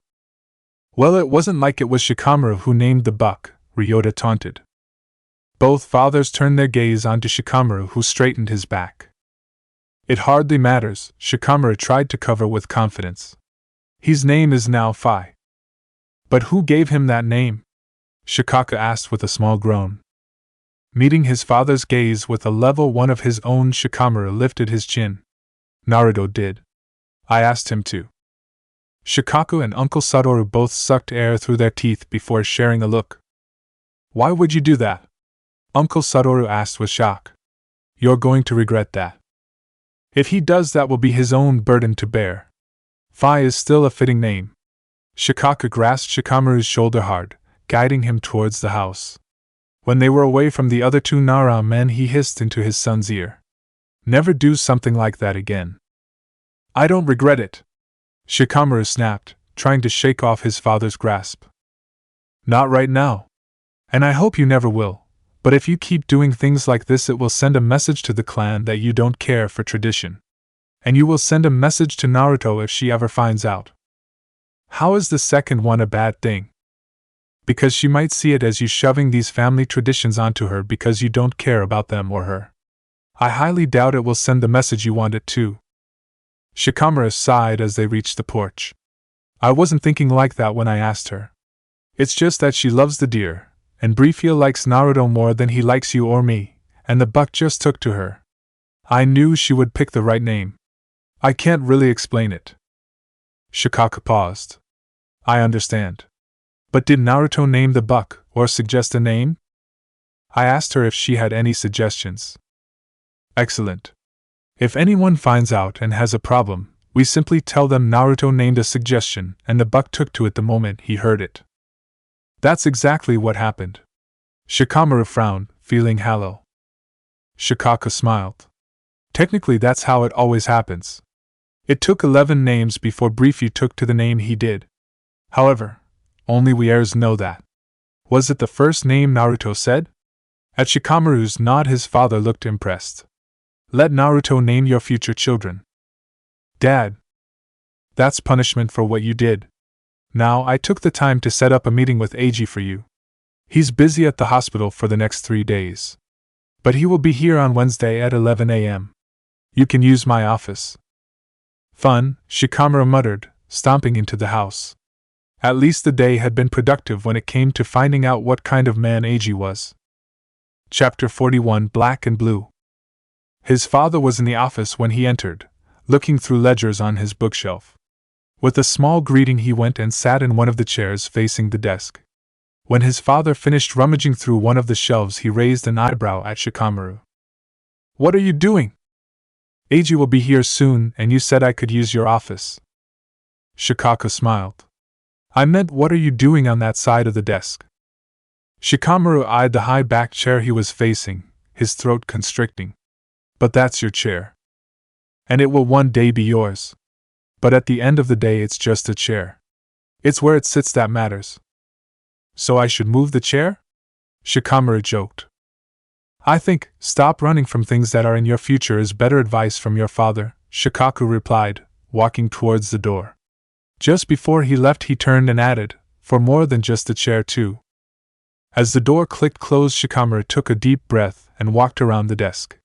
The chair was well worn from years of use. He wasn't sure how old it was.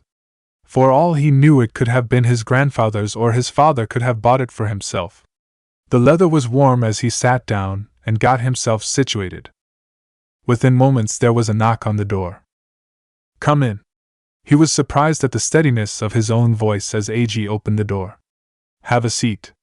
Once the blue-haired man was sitting before him, looking somewhat uncomfortable, Shikamaru released a calming breath and started. I thought I should let you know that being friends with Naruto isn't going to help you get into the clan. Though he has spoken highly of you. I'm well aware that Naruto is a girl, so you can drop the he thing. Naruto told me you knew of her gender too. And I don't expect you to let me join your clan based on who my friends are. I'm glad you brought up the gender thing actually. Isn't it hospital policy to keep a patient's file confidential? Eiji laughed. Oh, that? It is. I didn't leave it open for Eri to see. Naruto's file is chakra locked. The only one who can give another person access is her, otherwise only her 6 healers, the Hokage and herself can see it. Naruto gave Eri access to her photo only, and made sure it was open. I didn't realize until Eri commented. Shikamaru frowned. Why would she do that? I was talking about how I don't keep secrets from Eri, how I had tried to keep the application to the clan a surprise for her but I failed. I guess she thought I was talking about having to keep her gender a secret too. Thinking over Eiji's words, Shikamaru couldn't help but roll his eyes. Of course she does the selfless thing. That's our girl for you. Eiji laughed. So what is it that you and your father need of me to prove myself to you? Just a chat really. Shikamaru sat back, trying to ease his shoulders. Only really one question too, why do you want to join the Nara clan? Eiji took a deep breath, clearly mulling over the question. Well, before I came to the village to be a healer, I lived with a nomadic group. We never had a place to call home, because we were meant to call the group, our family, home. It's fine for others, but I never felt like I was able to connect with anyone else. We never cared for any of the villages that we saw or the people in it. So I left, and came here, and those I was meant to see as home turned on me. They only cared about me whilst I did what they wanted me to. It was different here though. People didn't just value me for my medical expertise but also cared about me as a person. When Eri introduced me to your clan and let me see how you all behaved, I realized that you are one large family, even your stags. You disagree at times, there are those you like more than others, but you have each other's backs, no matter what they choose in life. I respect that, and I would love to be a part of that. And even if I can't be a member, I look forward to raising my children in this clan, and teaching them to value the clan and the family atmosphere. Eiji smiled. That probably sounded like a brown-nosing answer, but it's the truth. It's a good answer, Shikamaru admitted. You probably would have preferred to say that to my father, though. Sorry that he is making me hear all the reasons you should join instead of him. That's fine. I've been wanted to get to know you better. At Shikamaru's raised eyebrow, Eiji went on. I know this will probably hurt my chances of joining the clan, but I need you to know. Naruto sees you as her closest friend, someone dear to her above countless others. She has gone through a lot, and it took a long time for her to trust people. But you were one of the first that she trusted, perhaps the only person she never not trusted. Everyone else she went on the defensive with until they proved they wouldn't hurt her, even with Irika and your father. But not you. How do you know this? Shikamaru whispered. She tells me things. I like to make sure she is safe and has had human contact. You've came up. And since you are so close to Naruto, it means you have a significant amount of power over her. More power than anyone has ever had over that girl. Trust me when I say that if you use that power to hurt her, I will use all my medical expertise to make you pay. I don't care if I lose my job in the process. No one hurts my girl. She's going to be Hokage one day. I am going to help her in any way I can, even if it means keeping her from you. Eiji clearly wasn't expecting the smile that crossed Shikamaru's face at the end of his speech. I'd hope you would make my life hell if I hurt her. And I can imagine you wouldn't be the only one in that line.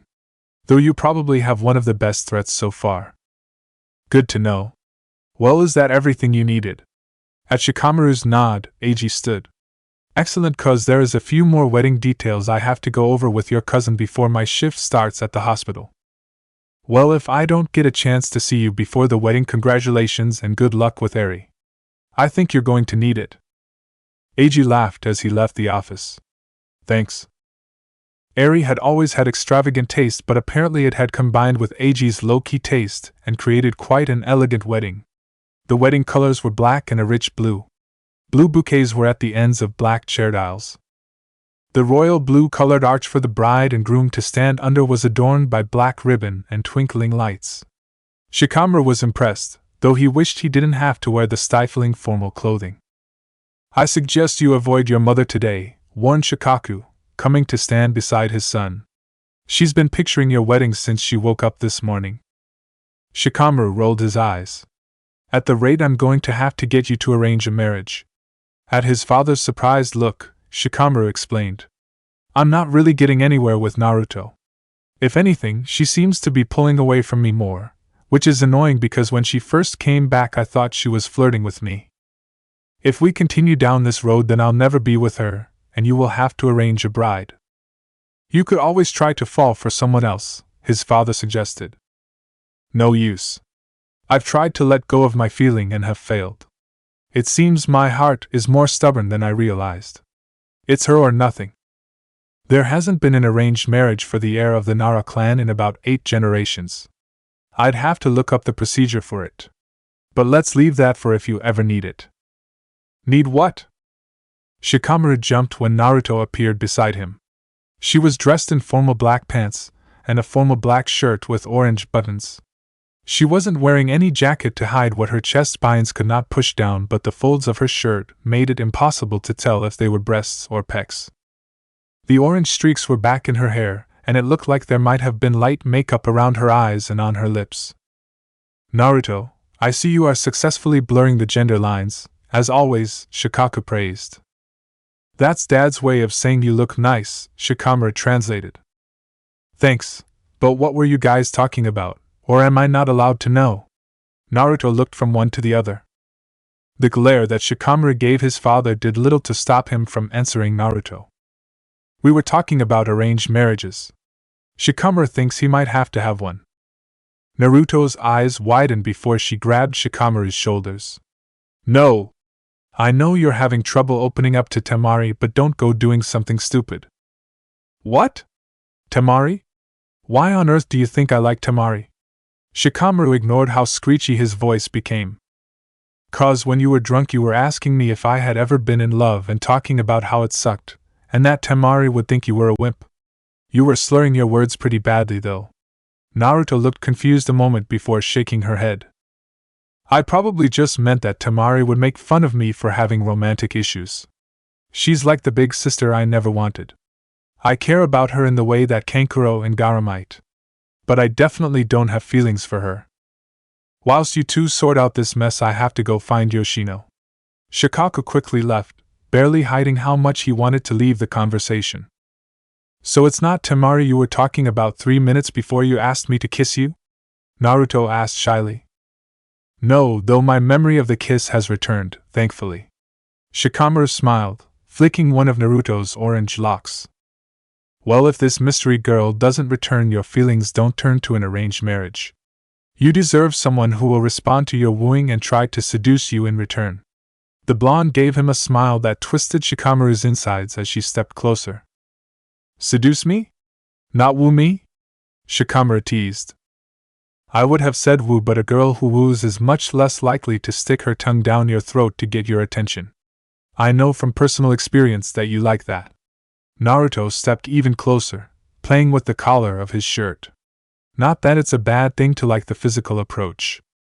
Shikamaru swallowed thickly, his neck heating. Your mood shifts make me dizzy, you know that. One of these days, I still won't be able to predict you. His eyes widened when he felt Naruto's breath in his ear. At least you won't get bored of me.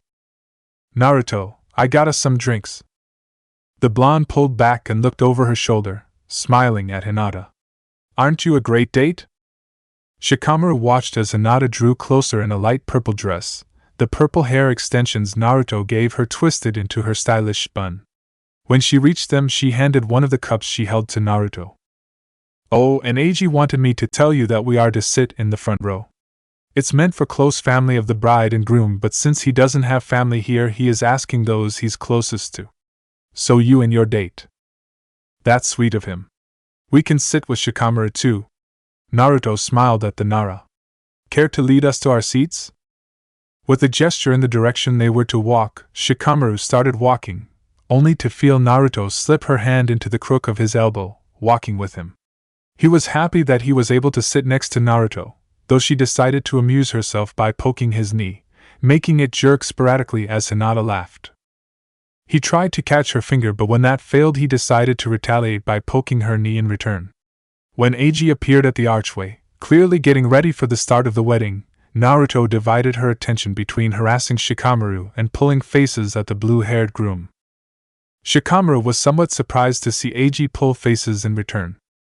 When Shikaku, Yoshino, Uncle Satoru, Aunt Mitsu, and Ryota started filing into the front row, Naruto stopped harassing him.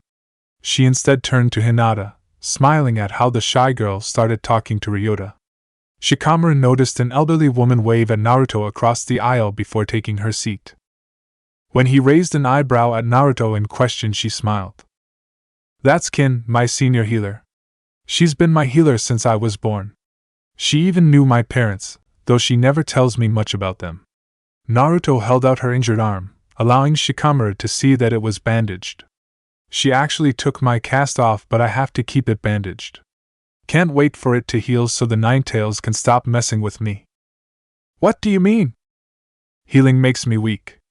I actually sneezed the other day. Shikamaru laughed at Naruto's horrified expression. Anyway, Jinchuriki tend to, take on traits of a, animal? When Naruto looked at him, Shikamaru took her hand. I've noticed that you are territorial and other things. I started to notice when Gaara first came here. You were very protective, and you growled a lot. Naruto snorted with laughter. I guess that would give it away. Well, at the moment, because I'm not as strong, any heightened emotion I have is mixed with animalness. Sakura went off at me for seeing Kin instead of her, and I actually had to force myself into not grabbing her throat. I don't normally get that angry, but everything is being amplified because the hairy baby is bored. Shikamaru couldn't stop the laugh that bubbled up and out of his mouth. You just called the Ninetales a hairy baby. Well, that's what he is. They were forced to stifle their amusement when music started playing. Standing, they watched as Eri walked down the aisle in a satin, blue kimono with light blue trimming. When everyone was seated again, the couple smiling widely at each other, Shikaku looked at Shikamaru, silently asking him if he was sure, something he had asked numerous times all day. With a small nod, the younger Nara stood and walked forward. He walked around Eri to stand under the arch between the bride and groom. Looking out at the sea of faces, he had a moment of panic.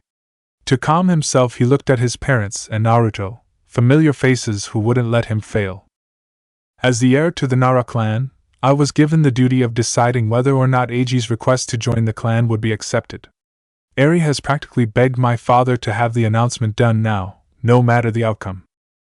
I knew you were the one doing the judging, you little liar, Eri hissed, making people chuckle.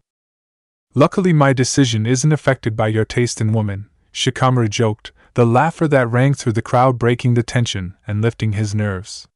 For about 2 weeks now I have talked to your friends, your coworkers, and members of the clan who know you. Everyone pretty much said the same thing.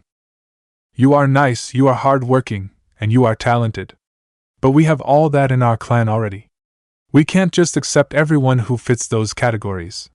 He noticed Eri's smile waver and Eiji's skin pale. Truthfully, my mind was made up when I spoke to you.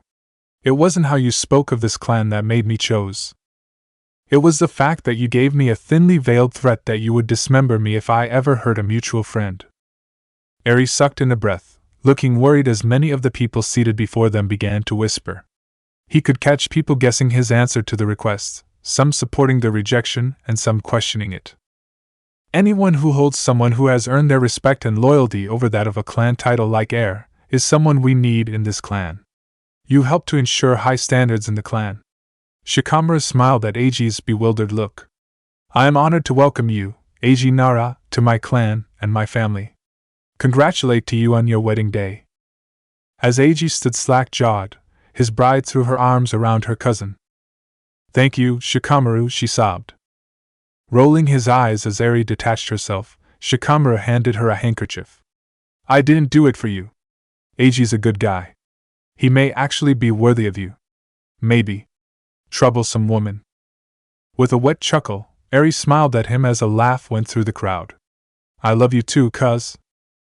Giving a huff, Shikamaru turned to the minister that waited off to the side. You can now commence with marrying these two Naras. Shikamaru quickly returned to his seat, taking Naruto's hand as Eiji looked at Eri with a giddy smile. Naruto leaned over to whisper in Shikamaru's ear. Your cousin's name is Eri, right? What's the bet their firstborn is going to have 2 eyes in their name too? Biting back a laugh, he gave Naruto's hand a squeeze before turning his attention back to the bride and groom.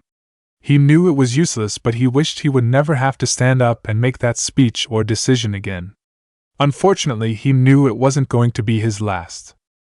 At least he knew without a doubt that he had made the right decision for his first one. Chapter 42, Tumbling Down. It wasn't hard to spot Naruto amongst the number of guests walking around. Most of the guests were Naras since Eiji didn't have any family, meaning most of the people had dark hair. All he had to look for was bright blonde hair, and there she was. After the ceremony they had been separated. Along with the marriage certificate that Eiji and Eri had to sign, Shikamaru and Eiji had to sign documents to make Eiji an official Nara. It was amusing to watch Eri bouncing around with glee as they signed. When he finally had time to track Naruto, he made sure to grab food from the buffet first. His stomach had made its demands known the moment he had smelt the variety of food options. Naruto was sitting at a table with Hinata, Ryota, and surprisingly, Temari and Kankuro. Sitting down next to Naruto, he raised an eyebrow at the 2 Sand siblings. I don't think you two were invited. We weren't, Kankuro admitted with a smirk. We're crashing the wedding for fun. If it helps, we brought a gift, Temari added, taking a sip of her drink. It's fine. They are fun, Ryota said, signaling one of the servers to bring Shikamaru a drink. Temari was just telling us how Kankuro thinks Naruto is a girl. Kankuro groaned as Naruto laughed, and took a sip of her own drink. Maybe that's just his excuse to hide his arousal. Naruto choked on her drink as Shikamaru looked at Hinata in shock. The girl sat innocently beside Naruto, patting the choking girl's back. Both Temari and Kankuro looked as surprised as Shikamaru felt, whilst Ryota cackled. I like this girl.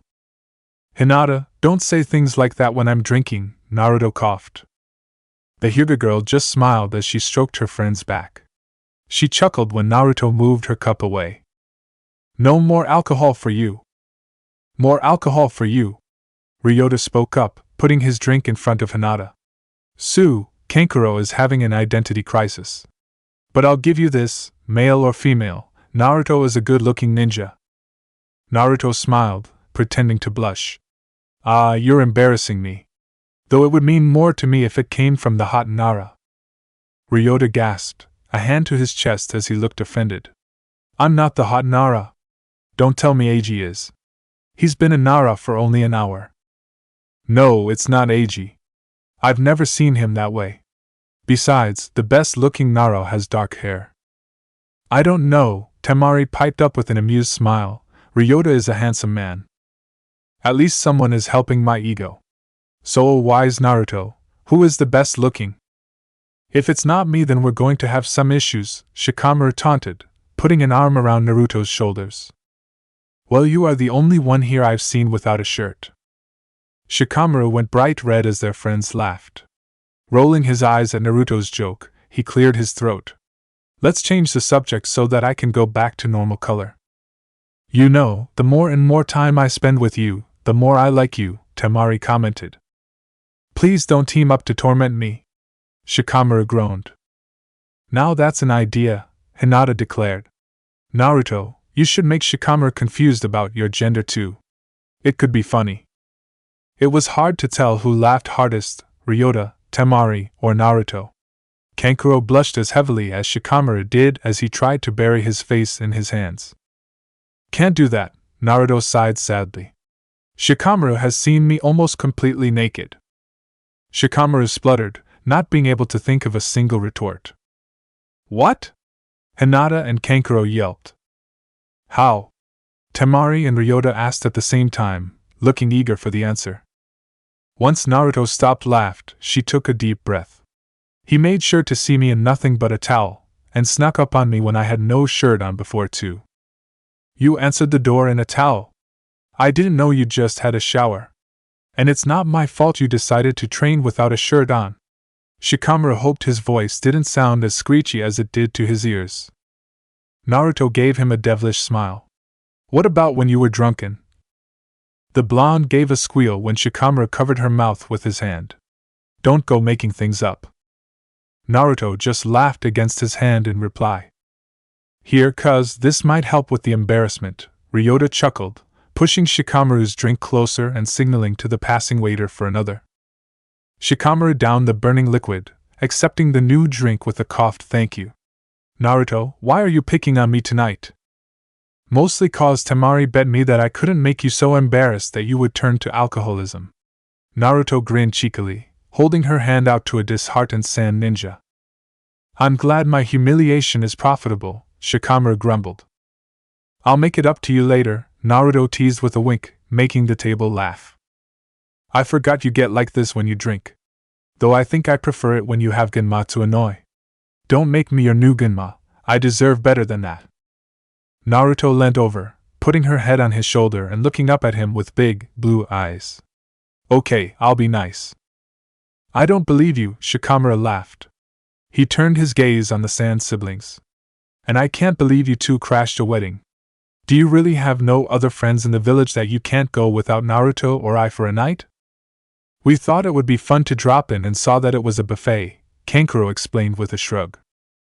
I wanted to see what traditions your village had too, Temari added. We don't have buffets at a wedding. It's an interesting idea. The buffet is actually Eiji's tradition. In his tribe, when there was a wedding, every family would bring a dish to the wedding to symbolize the couple always having support, and never going hungry. Eiji told me it was Eri's idea to have every family in the Nara clan provide a dish. I actually really like the tradition. It's sweet. Naruto popped a dumpling into her mouth with a smile. So we should be looking forward to a delicious buffet at your wedding?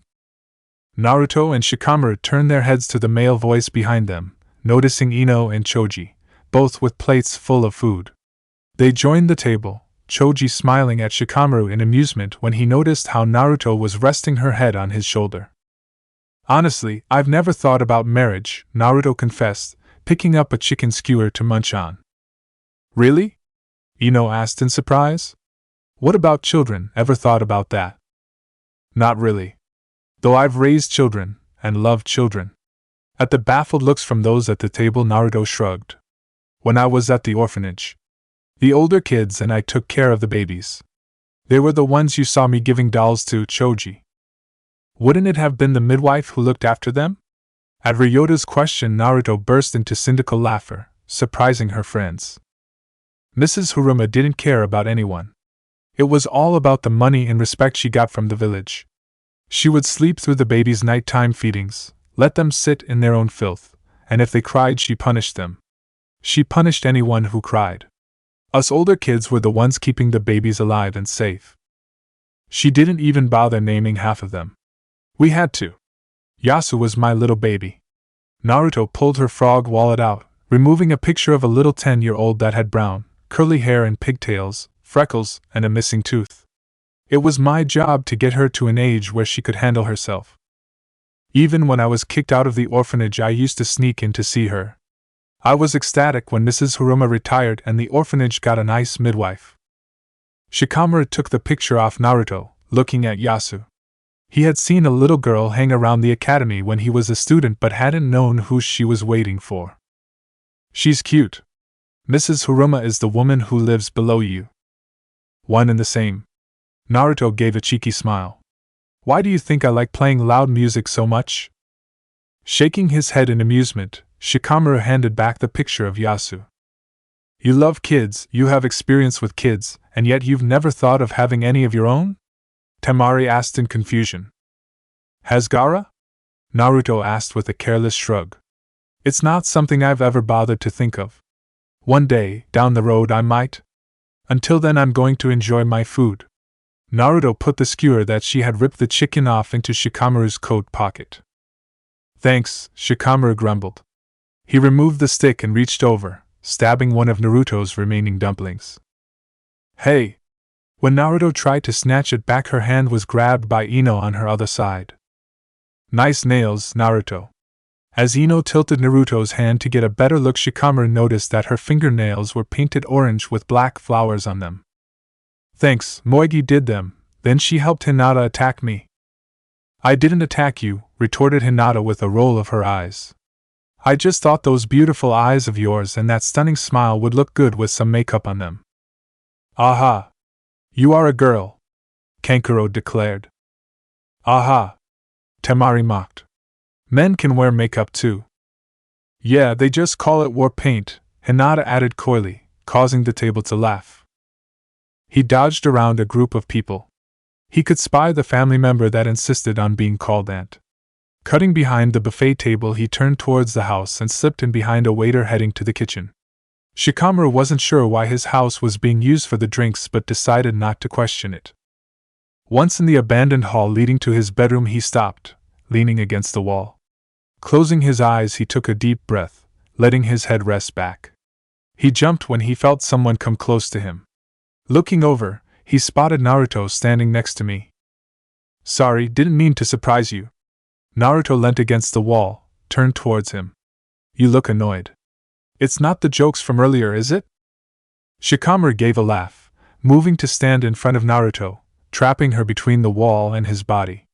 He put his hands in his pockets, relaxing. Nah, the jokes are all in good fun.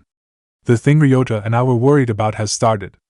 I just had an aunt try to set me up with her friend's daughter, who is 30 and a mother of 2. Naruto snorted. She has so little hope in your charm? Apparently. Either that or she wants to make her friend the mother of the clan. At Naruto's confused look, Shikamaru elaborated. That's my mother's title. On top of being the mother to the heir, she's seen as the mother of the clan. Whilst Dad deals with any politics between the village and the clan, or even inside the clan, my mum deals with the social issues. So if 2 clan members start fighting, she settles it.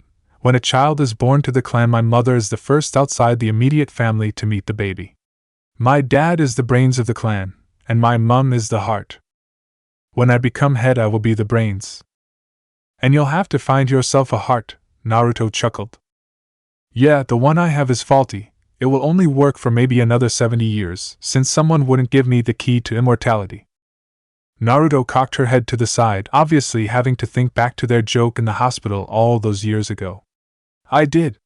You wanted to know who I had a crush on. Oh yeah, you like Choji. Shikamaru laughed when Naruto pouted and punched him playfully. But by the fact that you like kissing me, I'm gonna say your tastes have changed a bit. Who says I like kissing you? Moving closer so that their bodies touched, Shikamaru put one hand against the wall, the other cupping the curve of Naruto's jaw. You've never stopped me. And you know what? I think I deserve a kiss for all the jokes you've cracked at my expense. Will it make you feel better? Naruto whispered with an impish smile. It really will. Before Naruto could give any type of cheeky response, he kissed her. Everything left his mind. He didn't care that there was at least 100 people milling around the estate. He didn't care that they were in the hallway leading to the main bathroom of the house. He didn't care that literally anyone could come across them. All he cared about was Naruto's sen wrapping around him, her hands moving over his shoulders, back, and sides, and the feel of her lips, tasting mildly of alcohol on his. He pressed in closer, until their heartbeats became a pounding drumbeat. Naruto's fingers found his hair, pulling the elastic free before tangling into his dark strands. The hand Shikamaru had on the wall moved to her waist, pushing her back with a small moan of surprise on her part. He felt his chest constrict, electricity shooting through his limbs. His heart gave an extra beat as the blonde before him sighed against his mouth. A sharp clearing of a throat had the electricity shooting back to his torso, a heavy feeling dropping into the pit of his stomach. Pulling away from Naruto slowly with a groan that was equal parts disappointment and annoyance, he slowly turned his head from the panting blonde to the figure standing in the hall. It took him a moment to place the dark green hair, straight nose, and slightly squared-off jaw of the waiter he saw. Can I help you? Shikamaru drawled, before looking back at Naruto. He smiled when he saw that she had her head resting back against the wall, her eyes closed, breathing deep. He pecked her on the lips as Varric scoffed. I need to use the bathroom and you're blocking the hall.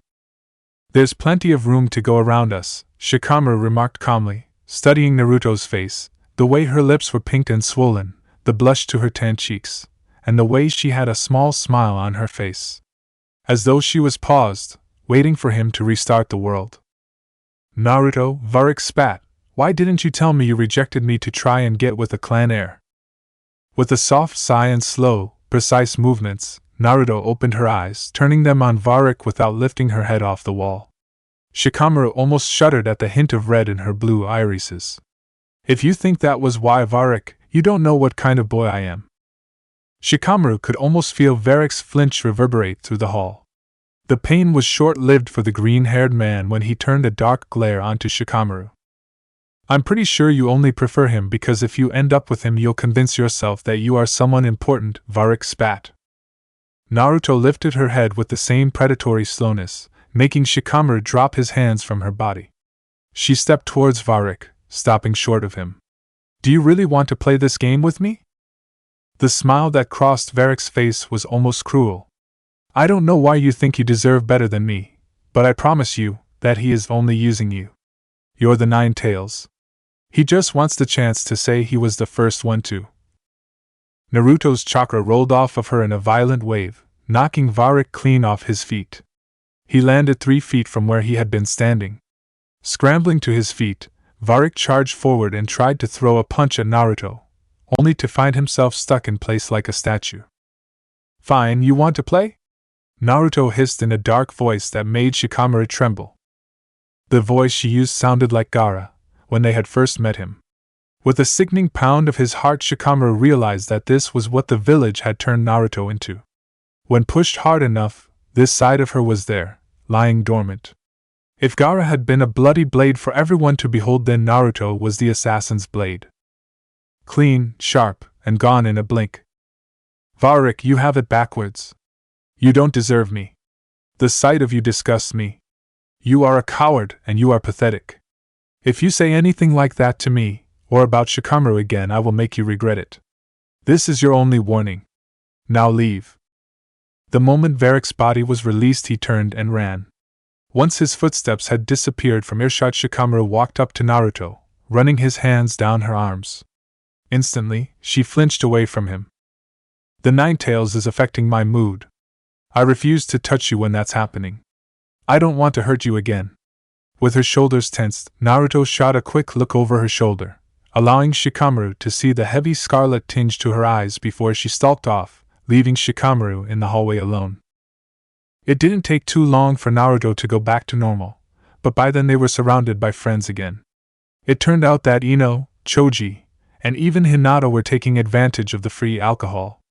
Shikamaru knew without asking whose fault that was. He shot a glare at his cousin who grinned cheekily. 22, by the way, Ryota said, trying to defuse Shikamaru's glare. It worked. The Nara heir snorted. Pathetic. I'm already at 53. What are you guys counting?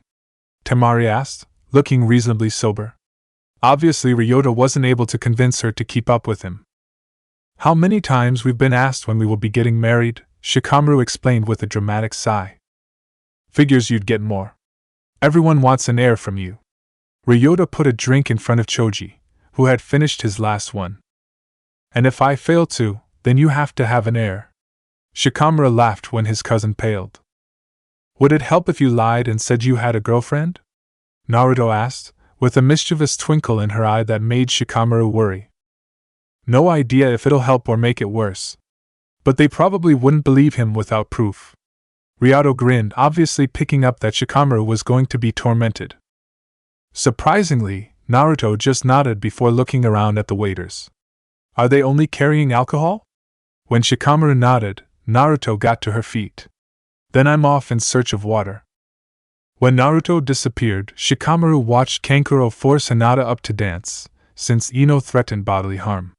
When Shikamaru told the others about the prospective 30-year-old single mother his aunt tried to set him up with, his friends got a good laugh. Naruto returned without water in hand, making Choji ask how her hunt went. Couldn't find any, and the waiters are too busy for me to talk to. Apparently they are suddenly short-handed. Oops. Naruto shrugged with a small smile. Well, advantage of being with the heir to the Nara clan at a Nara wedding is that the waiters will listen to me. I'll go get you water. A man after my own heart, Naruto joked in a fluffy voice, causing their friends to laugh. Shikamaru walked towards the dance floor, where the largest congregation of waiters could be found. He asked one of the waiters to get his table a jug of water and some cups before turning around to return to his friends. When he spotted his friends, he noticed that not only were they all watching him and laughing, but Naruto toasted him with a cup of water. As he frowned in confusion, he felt arms sneak around his shoulders. He turned in surprise, grabbing their hands as he did so. He nearly choked on his own saliva at who he found in front of him. A woman with curled blonde hair down her back, round, blue eyes, and a long, green dress that elegantly revealed curves that were slowly becoming familiar to Shikamaru stood in front of him with an amused smile. He was so shocked that he wasn't able to stop the woman taking his hands and putting them on her waist. Naruto? He choked out as the blonde stepped in close, putting her arms around his shoulders again. Pressing her chest into his, she leant back at her shoulders, allowing Shikamaru to hold her up. One of them. You're the clone? Shikamaru muttered, feeling dumbfounded. Well, how else will I disappear before any of your family can get answers?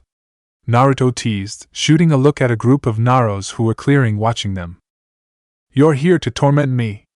Shikamaru sighed, his hands moving to Naruto's back to better support her.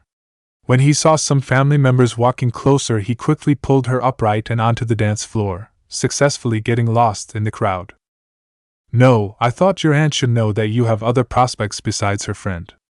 Naruto awkwardly follows Shikamaru's lead as they danced.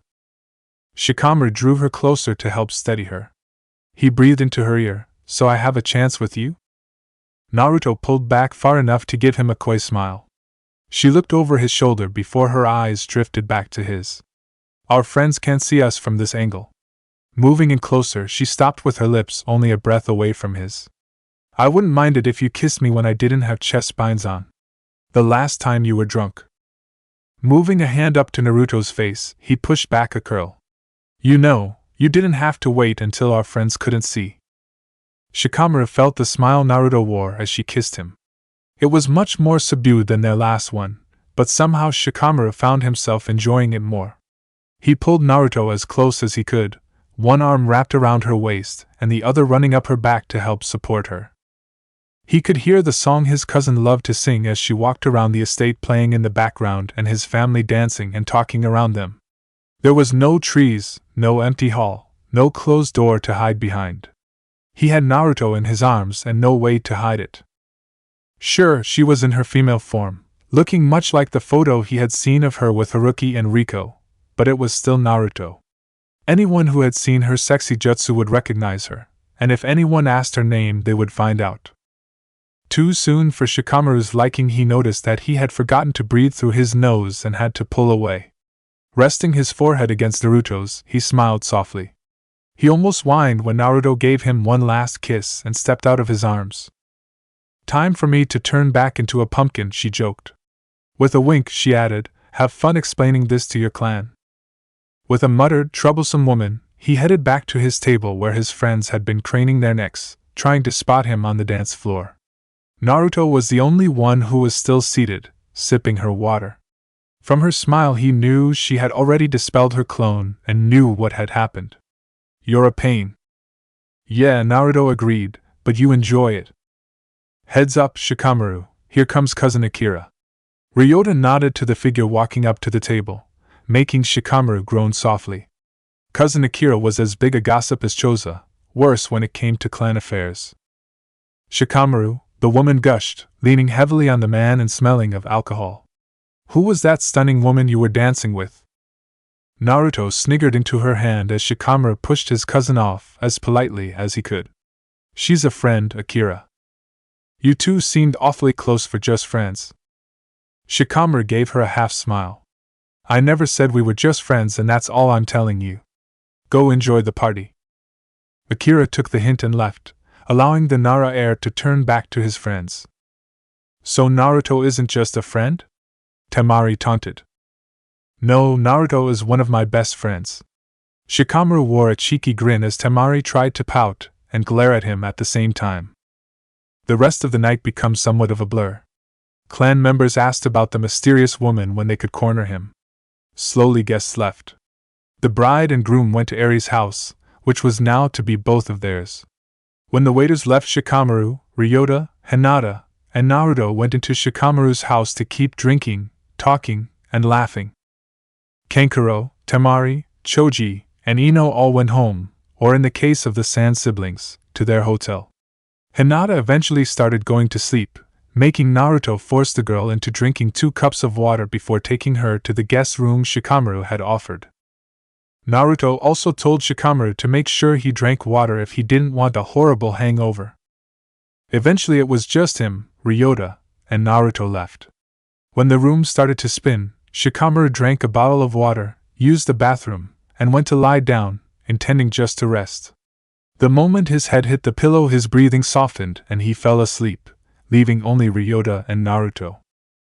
"Why do you put up with it if you think you're just a replacement?" Ryota's voice tugged at Shikamaru's consciousness, making him groan. His cousin could never control the volume of his voice when drunk. "How pathetic will I sound if I say that a large part of me is hoping to one day stop being the replacement?" Naruto's voice, while softer than Ryota, was still naturally loud, and it was obvious she wasn't trying to be quiet. Getting up, Shikamaru crept out of his room, ignoring the dryness to his mouth and the slight pain in his head. At least the light in the house didn't hurt. He stopped at the end of the hallway, just out of sight of the lounge room. Ryota sighed. "You deserve to be treated better, though. From everything you've told me, with Choji, and Sakura, and Sasuke, for crying out loud, woman, you've suffered enough." Naruto laughed. "Choji is a sweet guy. He apologized and he meant it. As for Sasuke and Sakura, they will come around eventually. The point is that you shouldn't have to wait for them to come around. They should start treating you with respect and notice that you are an important member of the team, not just someone to push aside. As for the other stuff, well, you're just kinda ignorant to a lot of that." "What's that supposed to mean?" Naruto playfully snapped. "That you're innocent and choose not to deal with certain things, thinking that you can magically fix them. Yeah, see, I put all that stuff in a cupboard in my mind, stacked on top of each other. If I try to get one thing out, everything will tumble down and I will drown. I roughly know the issue, so I try to work on it, so that instead of having to get it out of the cupboard, it will just disappear. Seems like a slow process, Ryota mused. And kind of my point. But it keeps me sane-ish. And like you're one to talk. What's that meant to mean? Ryota yelped. It was Naruto's turn to sigh. You have an issue with Shikamaru in regards to Phi, but you won't confront it. He doesn't know what he did wrong, and you won't tell him. There was a pause. Naruto, do you know how a future stag leader gets named in this clan? Naruto must have given a visual response, for Ryota went on. Shikamaru wanted to stop him but found himself unable to move. When the head of the clan gets married, the next in line presents the new mother of the clan with the head stag, and she goes with the next in line to name the stag. It's a bonding experience. See, the next in line is kind of seen as the head's right hand, and the wife is seen as the left. If the two don't get along, it can spell trouble for the head of the clan and the clan itself. Not to mention, it makes the clan wonder what is wrong with the wife. Aunt Yoshino couldn't have more children after Shikamaru. It was a miracle she had him. So when he was born, I was told that I was to be his protector, his supporter, someone he could confide in, and when he had a child, I was to protect that child like it was the greatest treasure in the world. That meant protecting Shikamaru's wife when he gets one too. Normally it would be Shikamaru's younger sibling's job. I was looking forward to presenting her with the stag, and a beautiful, pure black one, no less, and having that bond with her. Shikamaru wouldn't be allowed to know the names that were rejected, or anything we talked about whilst in the forest choosing a name for the stag. It was meant to be mine and her secret. It wasn't the fact that he broke tradition that annoyed me, it was the fact that he didn't know what it meant to me. I want to know his wife, in the future. I want to be friends with her. Perhaps it's because he didn't know about the bonding and stuff. If he is the heir, being raised by the head of the clan, then he wouldn't have been told that stuff. Your dad would have been the one to give Yoshino brief you, right? Then he knew with more detail what was to happen. And if whoever Shikamaru marries can't get along with you, then something is extremely wrong with her. Ryota gave a small hum before laughing. Look who's awake! Shikamaru jumped, thinking he had been busted, only for a third voice to ring out. What time is it? Hinata asked. 7 in the morning, Ryota answered. Figuring he had ears dropped enough, Shikamaru walked around the corner, trying to act natural. It feels earlier than that, he grumbled. You're awake too, Naruto exclaimed, her eyes having the same glassy look that Ryota had. A cup of sake was still in her hand, half full. How are you two feeling? Sore. Hinata plopped down next to the blonde, cuddling into her. I don't really remember last night. So you don't remember Kankuro kissing you? Naruto gave a laugh when Hinata snapped up into a sitting position. I take that as a no. In his defense, he was pretty drunk too. I think I'm going to be sick. I need to wash out my mouth. Hinata ran off to the bathroom as Naruto and Ryota tried to hold in their laughter. And how is your memory? Ryota asked, looking far too amused. Pretty good, actually. I didn't drink as much as last time I got drunk. Which is probably why you didn't feel me up this time, Naruto joked. If you were wearing nothing but a t-shirt again I would have, Shikamaru retorted, sitting heavily in an armchair. Is it really 7? Yeah, Aunt and Uncle are already awake and helping to clean up the mess outside. Ryota took a sip of his drink. I should probably get Hinata home and get some sleep. Naruto put her drink down, yawning as she finished talking. You two haven't gone to sleep? Shikamaru asked in surprise, looking at their sheepish smiles. When Hinata came back, Ryota offered to walk the two women home. Naruto waved him off, assuring him that she could manage. After the two Nara men had walked them to the estate's gate and said goodbye, Shikamaru started leading Ryota to his house so he could get some sleep. I overheard you, Shikamaru confessed, watching people flit around the estate, cleaning up the wedding decorations. About Phi. I'm sorry. Ryota was silent for some time, until they had left the main court of the estate, and were closer to the forest. Ryota lived in a cottage just inside the bounds of the forest, so that he could better look after the deer. It was only when they were in view of his house isolated from others that he spoke. Tell me why, honestly, and I will forgive you. Why did you do it? Is it because you think you won't find someone? Naruto mentioned that you were thinking about an arranged marriage. Or do you just not care enough about the tradition? Ryota kept his eyes straight ahead as they talked, not once glancing at Shikamaru. Shikamaru took a deep breath. The honest answer is that I love Naruto.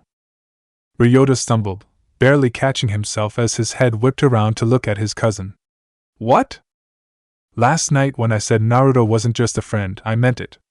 I've loved her for years. Since the academy, I think. And seeing the stag with Naruto, knowing that there was a chance she wouldn't be the one to name him, made me want to gut myself. I wanted to hear what she would have chosen. That's all. I didn't expect Phi to take to it, but the moment she said it I knew that, even if he hadn't taken to it, that's what I would have been calling him in my head. That's why I was talking to Dad about an arranged marriage. He knows about my feeling for Naruto, and I was telling him about my doubts that she would ever return those feelings. Ryota paused at his door, his back to Shikamaru. I forgive you. And Shikamaru? The brunette looked over his shoulder. I like Naruto, and since I can't present Phi to anyone else, you better end up with her. Shikamaru gave his cousin a soft smile. Working on it. Work harder, was the last thing Ryota said before walking into his cottage, making Shikamaru grunt. Chapter 43, The Fall. Shikamaru walked into his house rubbing at his aching forehead. The water he had drank before bed hadn't been able to nullify all the effects of the alcohol, though he definitely felt better than the last time he had drank in excess. Walking into the kitchen, he stopped. There was something sitting on the bench, wrapped in foil, and on top of it was a note with his name on it. He couldn't help but smile when he saw Naruto's handwriting scrawled across the paper. Shikamaru. In case of hangover, take 2 tablets with a side of pancakes. Take care. Naruto XX. With a laugh he looked at the foil-covered plate, not seeing the pain tablets. Taking the foil off the pancakes, he found them sitting on top as a decoration for his breakfast. At the sight he couldn't help but laugh louder. I do love that weirdo, Shikamaru whispered. I'm guessing you're talking about Naruto. Shikamaru jumped at the sound of his father's voice. He shot Shikaku an embarrassed smile, moving to pour himself a glass of juice to take the tablets with. She left me pancakes and painkillers, he explained. So that's what those two were doing in the kitchen. It was a bit of a disaster zone until your mother decided to help Naruto and Ryota. I'm a little surprised the house is still standing. Shikaku moved to make himself a coffee, watching as his sons sat to eat the pancakes. Are they edible?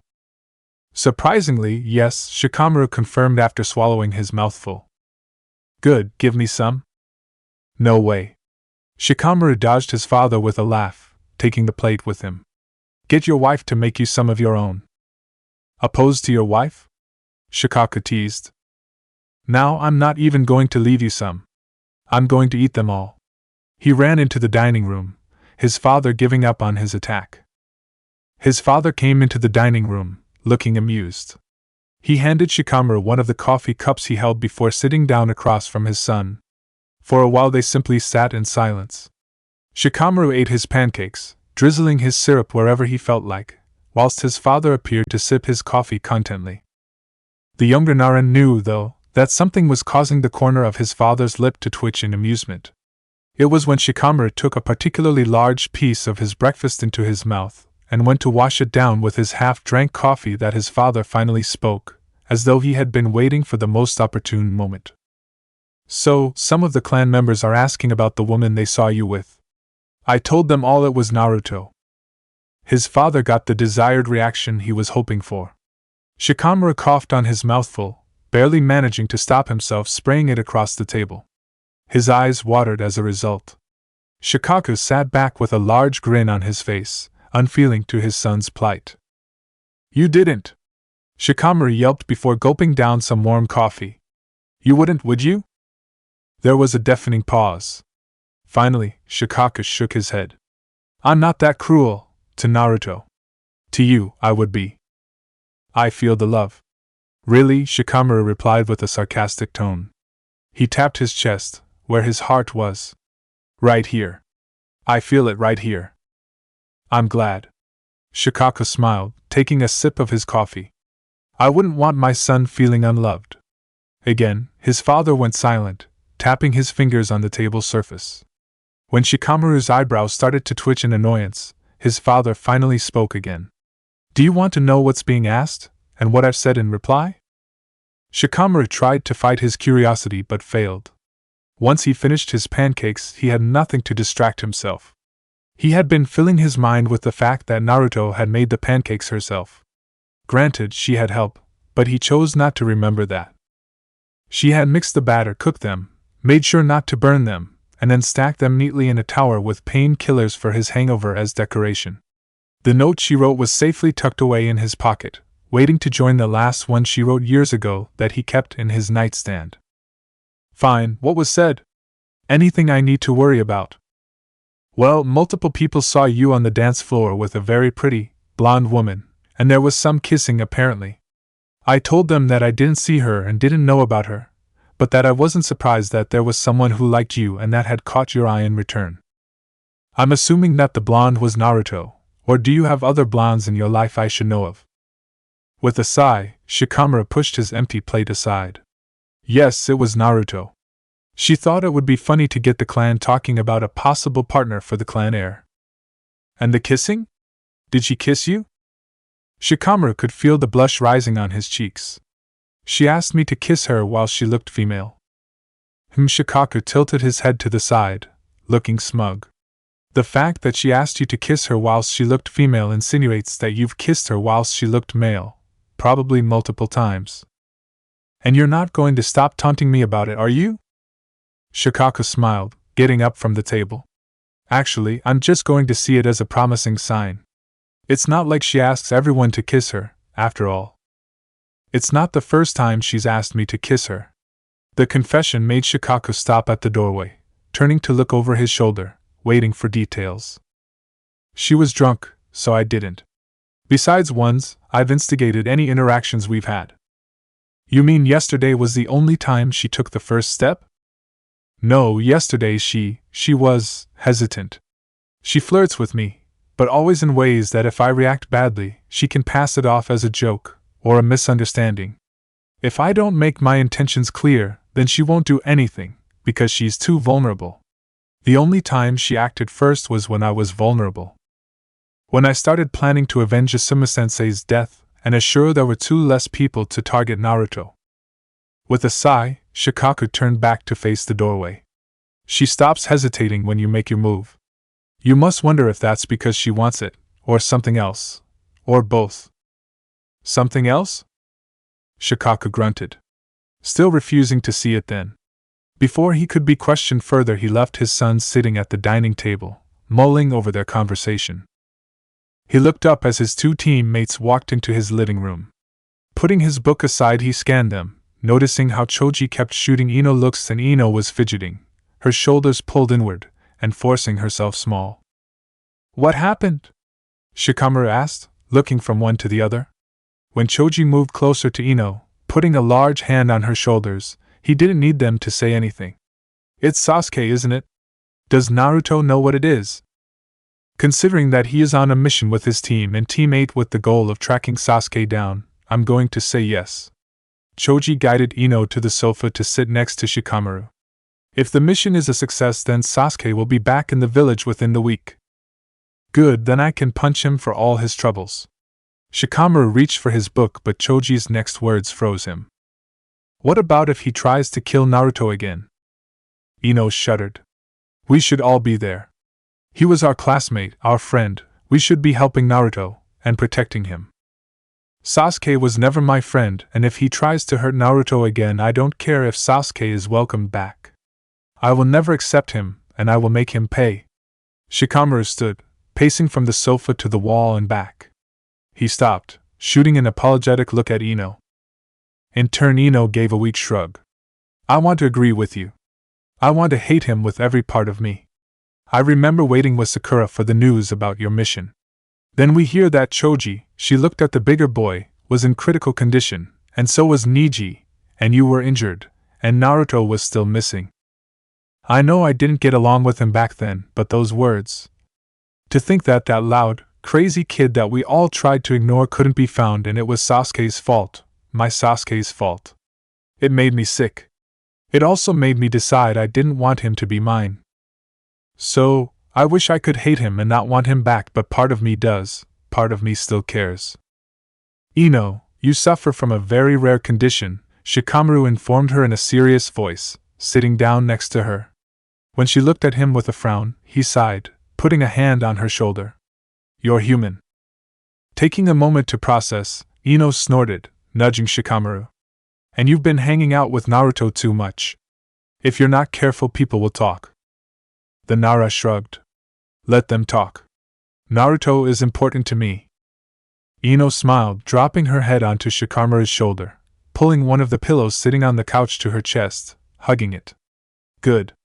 Naruto needs someone who will get pissed at Sasuke for so much as scratching him. Giving Choji a sad smile over Ino's head, Shikamaru patted the blonde's hair in reply. He was actually glad to be given patrol duty.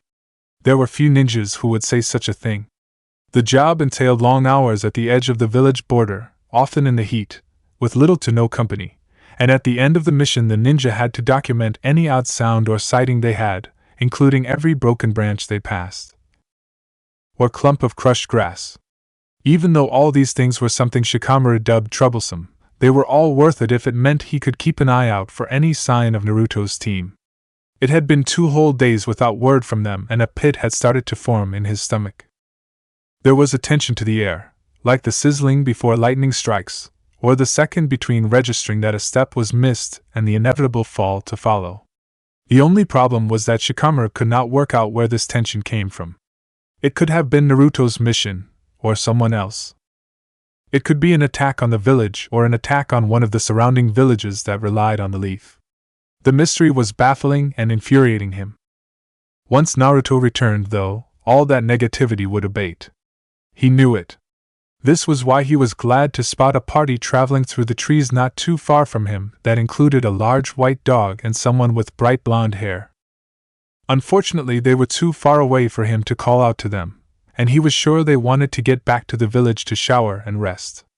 The moment he had finished with his mission, though, he was going to find Naruto and make sure she was safe and unharmed. He counted down the minutes on his watch as it drew closer to the moment he would be relieved of duty. He practically cried out in happiness when he spotted his replacement running towards him. Shikamaru's wave of greeting was not returned, however. Instead, the fellow Chunin skidded to a halt in front of him, breathing heavily. Lady Tsunade wants to see you, right away. The man's shoulders were tight and scrunched under his ears. There was a red rimming to his eyes, and when he handed Shikamaru his orders his hands shook. Is everything all right? Shikamaru asked slowly, his heart dropping. All he could think was that surely this had nothing to do with Naruto's mission. Report to Lady Tsunade, the Chunin repeated, not meeting his eye.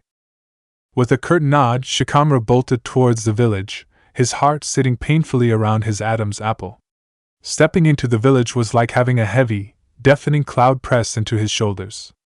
He knew something was wrong, but the only new thing to the village, the only major mission scheduled, was Naruto's. When he finally reached the Hokage's office, he had tightness to his chest and a stitch in his side. He didn't slow down, however, and instead barged through the door, not bothering to knock. He stopped suddenly at the sight before him. Lady Tsunade, a woman he had always found formidable, was weeping into her hands, choking pathetically with every breath. Shizen was absent from the room, which was a rare occurrence.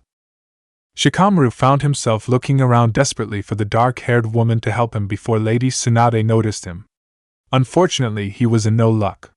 The blonde leader finally noticed that someone was in the room and looked up, wiping at the stream of tears with the back of her hand. "Oh, Mr. Nara." Lady Tsunade sniffed. "You can call me Shikamaru." He tried to keep a level voice as he walked further into the office, making sure to close the door behind him. He made it halfway to the desk before he couldn't hold his composure anymore. "Is Naruto all right?" Lady Tsunade took a shattering breath. I don't know. What do you mean? Is she in the hospital? Shikamaru turned to leave the office only for Lady Tsunade to stop him. It's not her that was hurt. That was, the woman whimpered. Jiraiya, he? She choked on her next words. Oh. Shikamaru stumbled into the seat facing Lady Tsunade. The lightning had finally struck, and the fall had finally happened. He took a moment whilst Lady Tsunade gathered herself again to process this information. His first thoughts went to the emotional part of his brain. Naruto, the one who took up the largest percentage of his emotional center. She would be devastated by the news of her teacher, her grandfather figure, being taken from her. With some force he moved his thoughts to the logical side. It was where his thoughts usually first went to except for when Naruto was involved. The logical side had one simple question to ask. Why do you need me? Lady Tsunade breathed deeply, looking through her drawers and mumbling to herself. Where are my tissues? Wordlessly, Shikamaru pulled the unopened pack from his back pocket. When Lady Tsunade looked at him in confusion, he shrugged. My mum has a habit of bursting into tears this time of month whenever Dad or I are late returning home from missions. We both carry tissues for those moments. She gave a wet chuckle, taking the pack.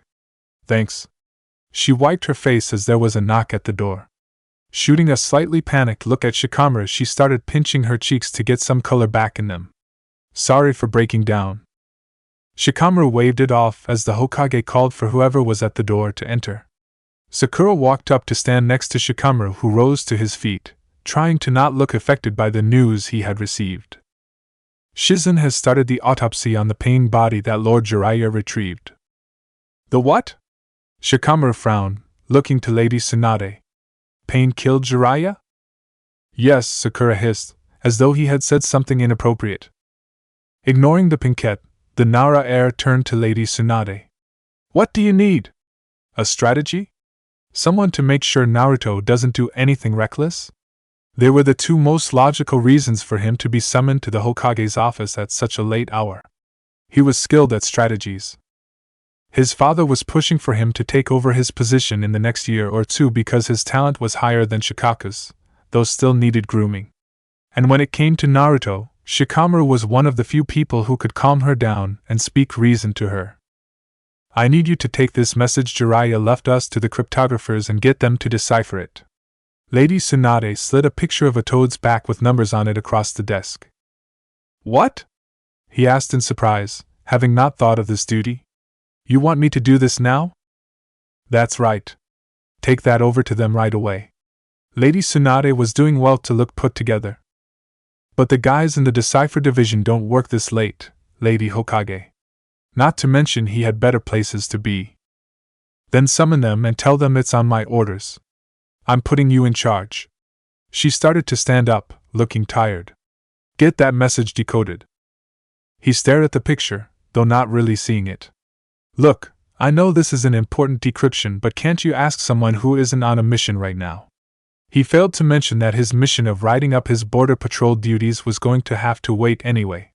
However, Lady Tsunade simply walked past him. Wait, where are you going? She stopped, facing the door. Shikamaru, I know what you want to do. And I understand it. But the best thing for you to do right now, to help both of us, is to work out what that says. Jiraiya died writing that. We need to know what it says. Sucking in a breath, Shikamaru nodded, though the blonde couldn't see him. All right. But if anything happens, please let me know. Of course. Her shoulders slumped. Lady Tsunade walked out of the room, not bothering to dismiss either of the two chunins.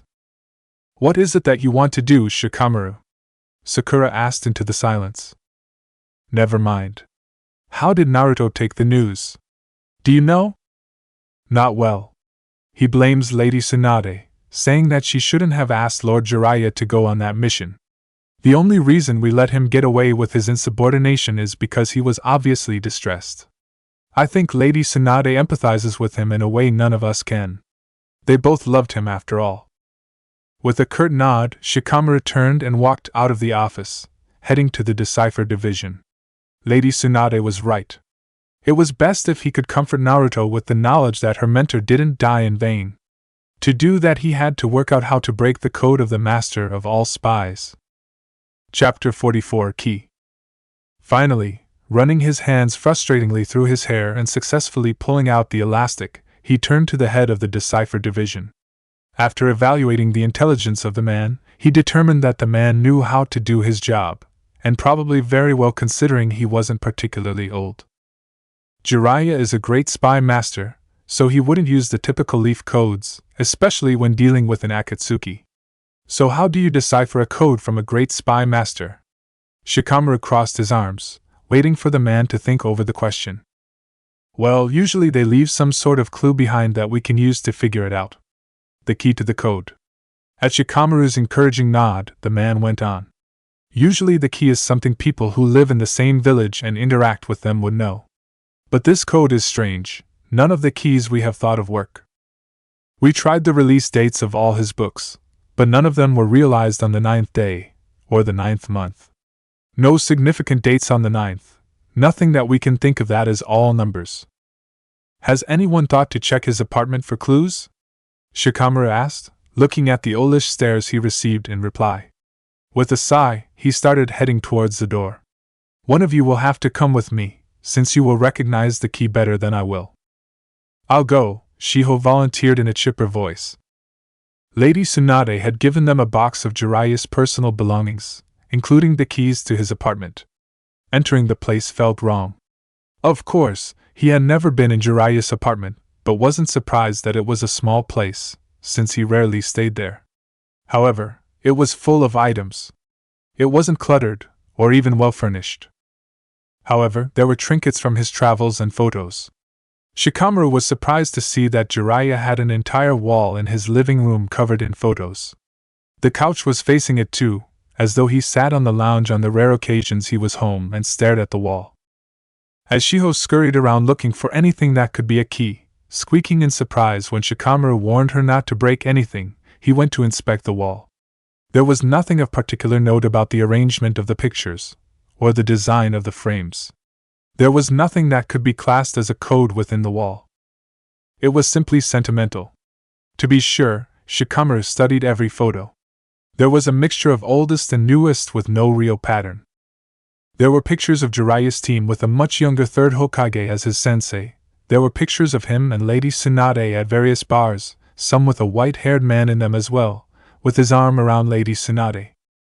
There were pictures of the fourth Hokage as a child with his team, and Jiraiya lording behind him with a large grin on his face.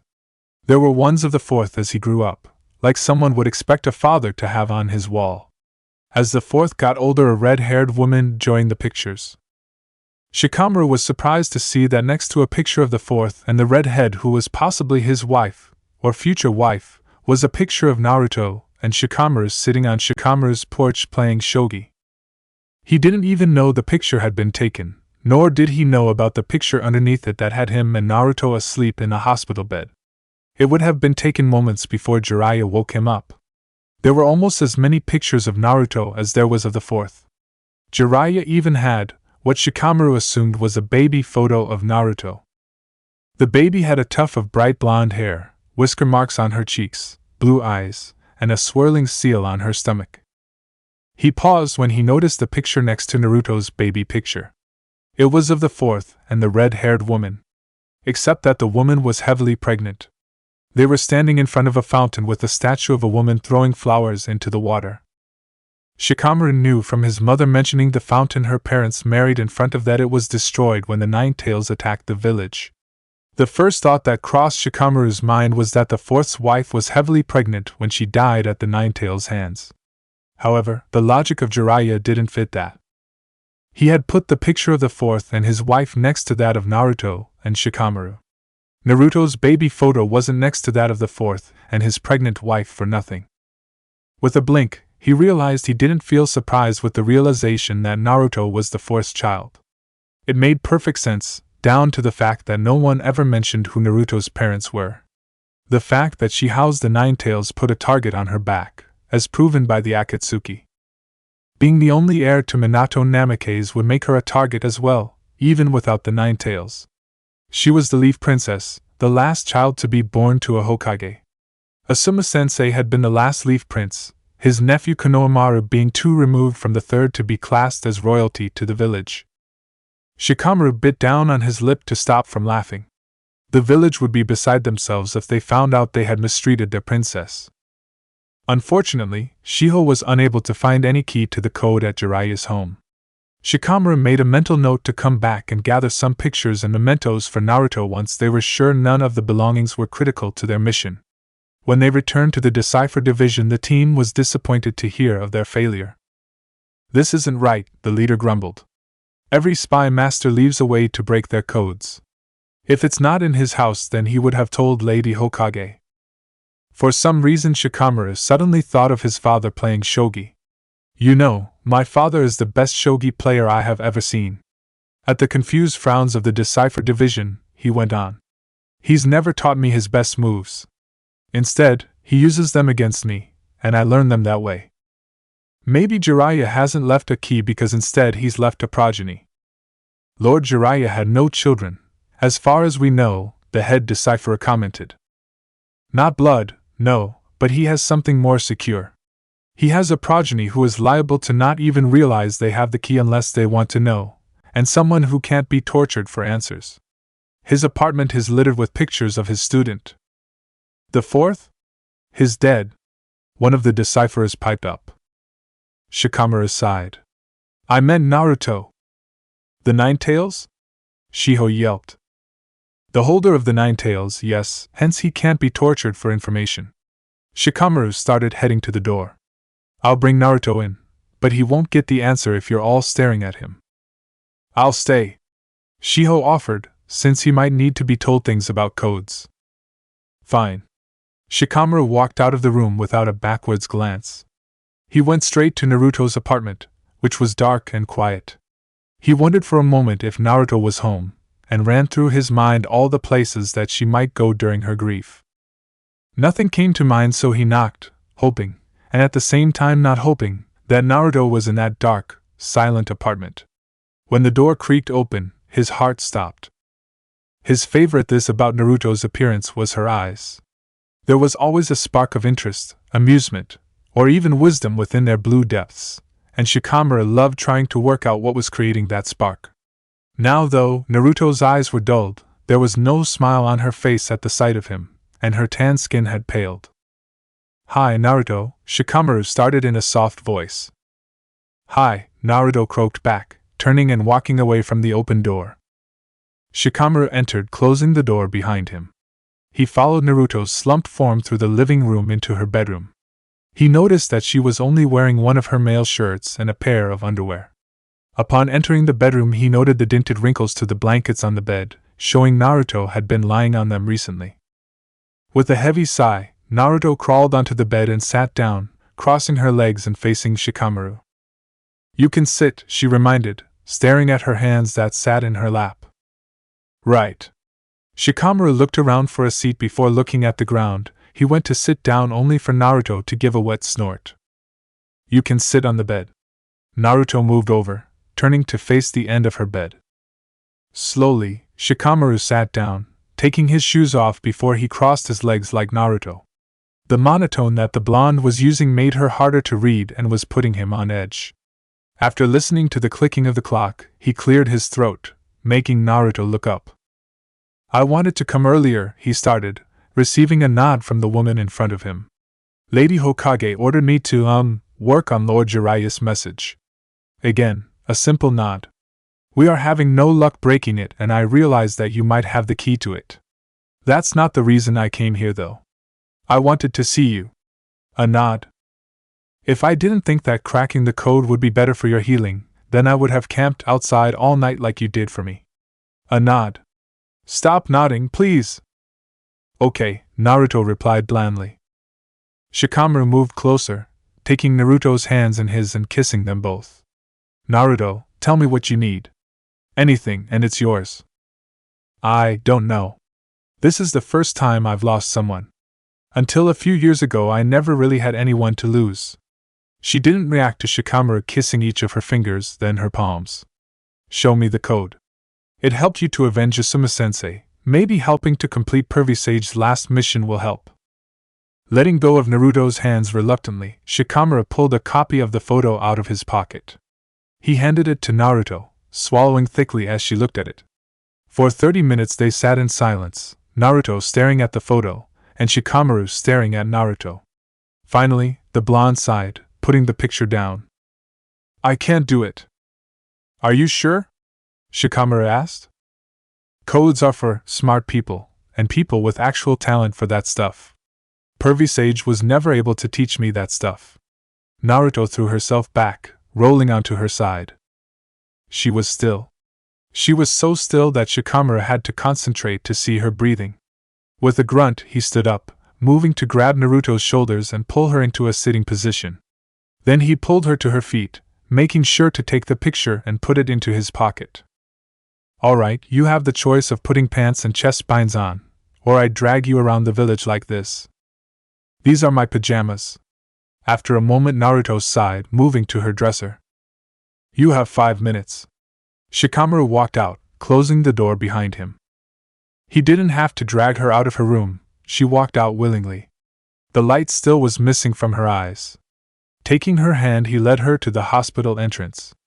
Every time that Naruto tried to ask what they were waiting for, he simply kissed her hand that he still held in his grasp. Eventually, Kurenai came out, her large stomach obvious even from a distance. Shikamaru shot Naruto a soft smile, noticing how surprised and confused the blonde looked. Hey, Kurenai-sensei. Shikamaru gave her a wave, walking closer and pulling the stunned blonde along with him. How was your checkup? With a small chuckle, Kurenai-sensei shook her head. You worry about me too much. I'm fine. You don't need to come see me after every appointment I have.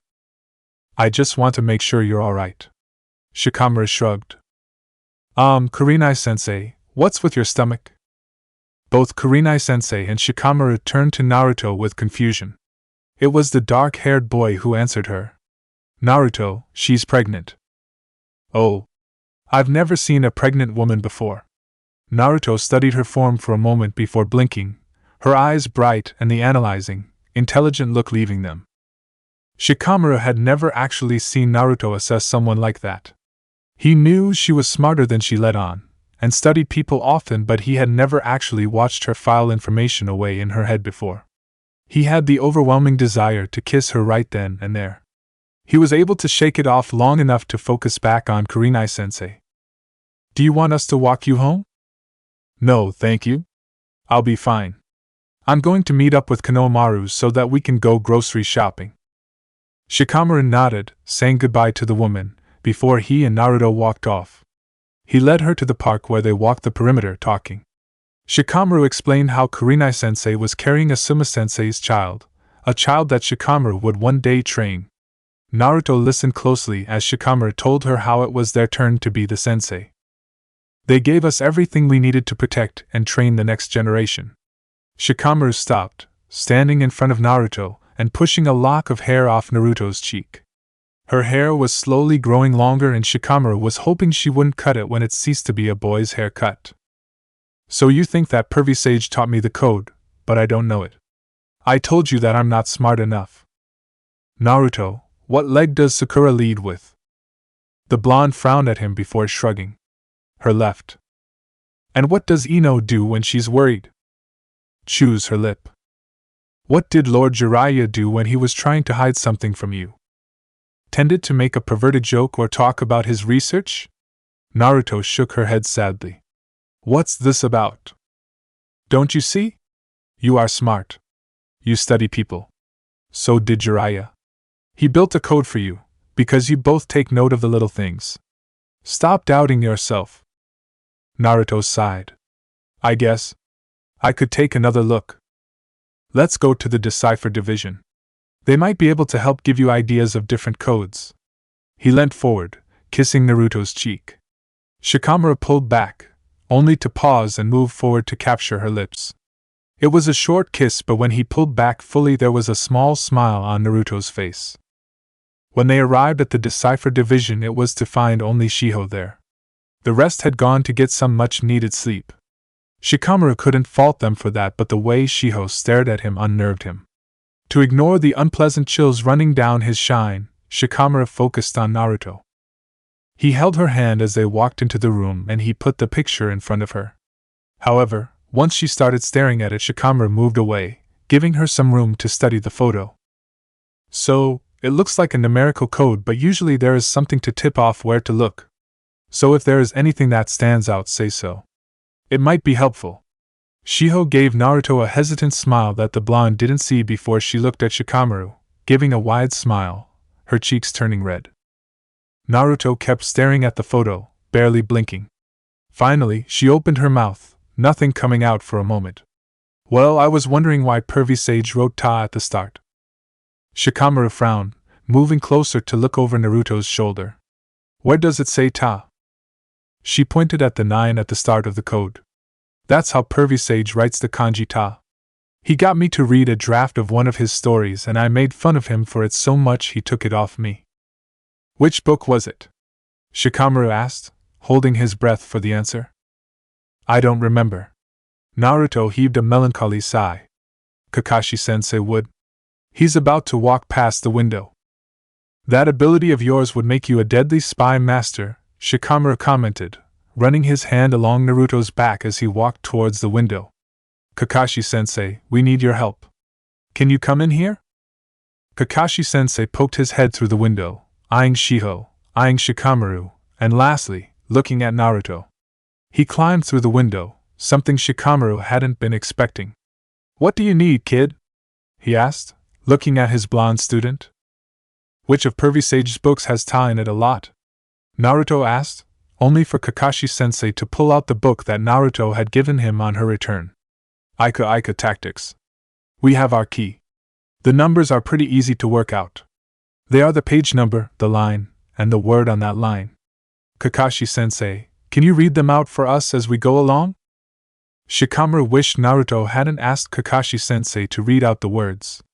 He didn't just read the word, he read the sentence before picking out the word. At first he thought the Jonin was doing it to embarrass them, but it only took a moment for Shikamaru to realize that Kakashi-sensei was worried about saying a scandalous word out of context. However, instead of saving some confusion for the listeners, it caused mortification and embarrassment for Shikamaru and Shiho. The two were red in the face, and their lips were scrunched together, as though they had been sucking lemons. Naruto, however, looked unfazed by the words she was hearing.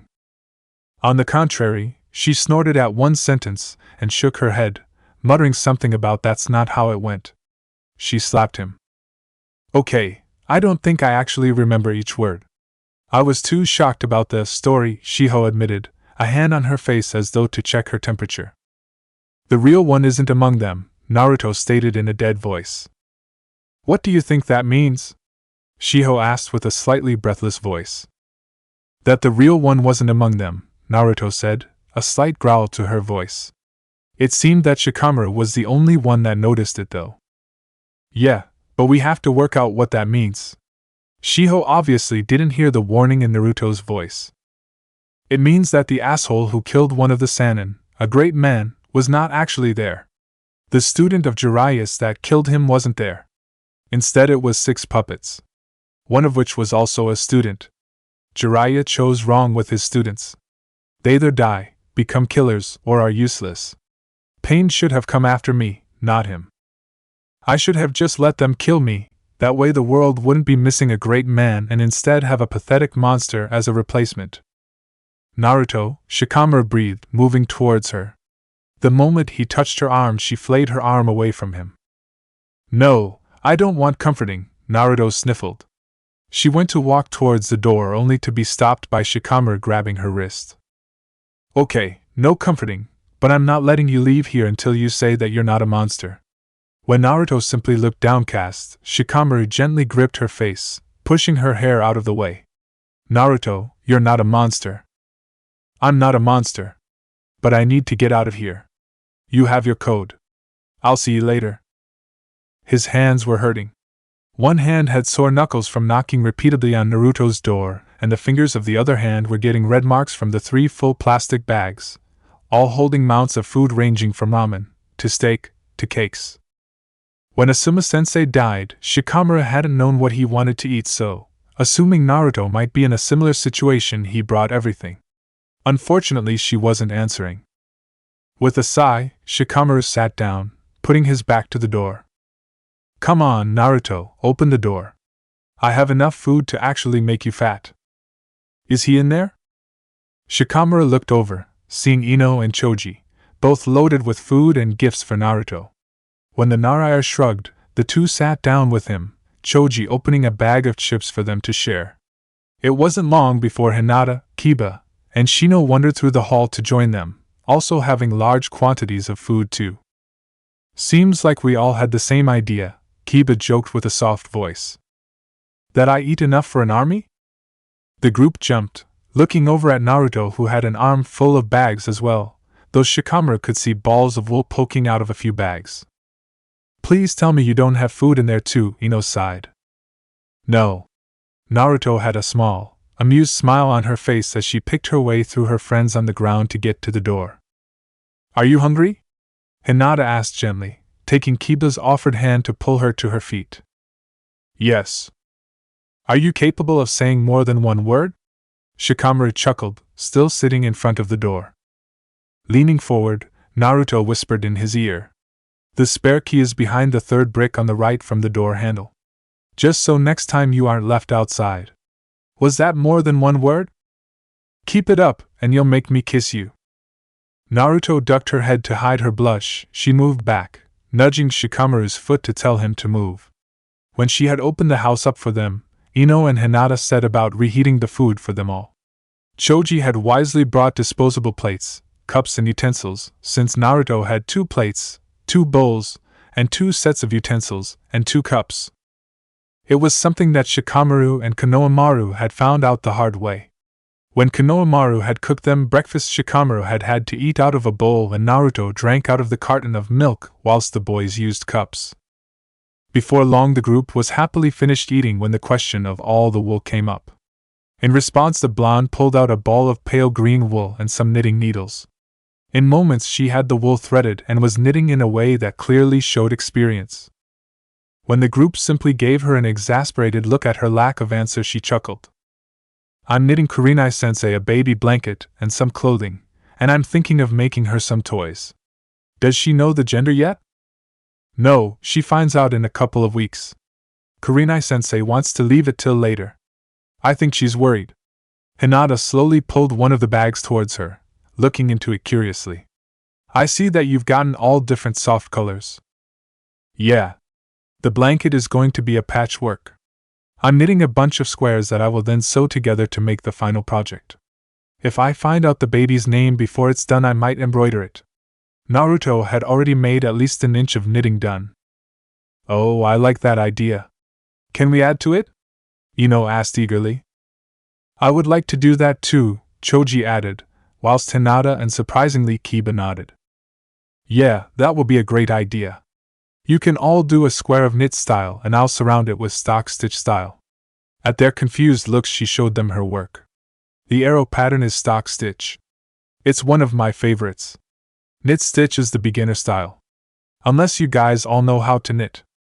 They all shook their heads, making Naruto laugh. Well, luckily for you all, I have a heap of the same size knitting needles. When making clothing for the orphanage, I use clones to get the work done quicker. She got up, pulling a sewing box out of her linen cupboard. After sorting through it all, she handed them all a set of needles and a ball of wool. I've taught people before, so I know what I'm doing, and you guys won't have to pay me. You teach people for money, like an actual teacher? Shino asked, sounding surprised. Yeah, Iruka-sensei set it up. It was a way for me to earn extra cash. Now I don't need it, but I still teach people. There are a lot of retired ninjas that want hobbies, and partners of current ninjas that want to stay busy. It's kinda morphed into this social thing where people get together and chat as they knit.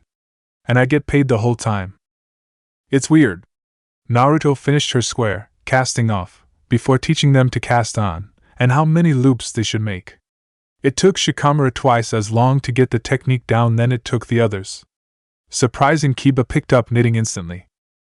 Okay, why is mine coming out lumpy and misshapen?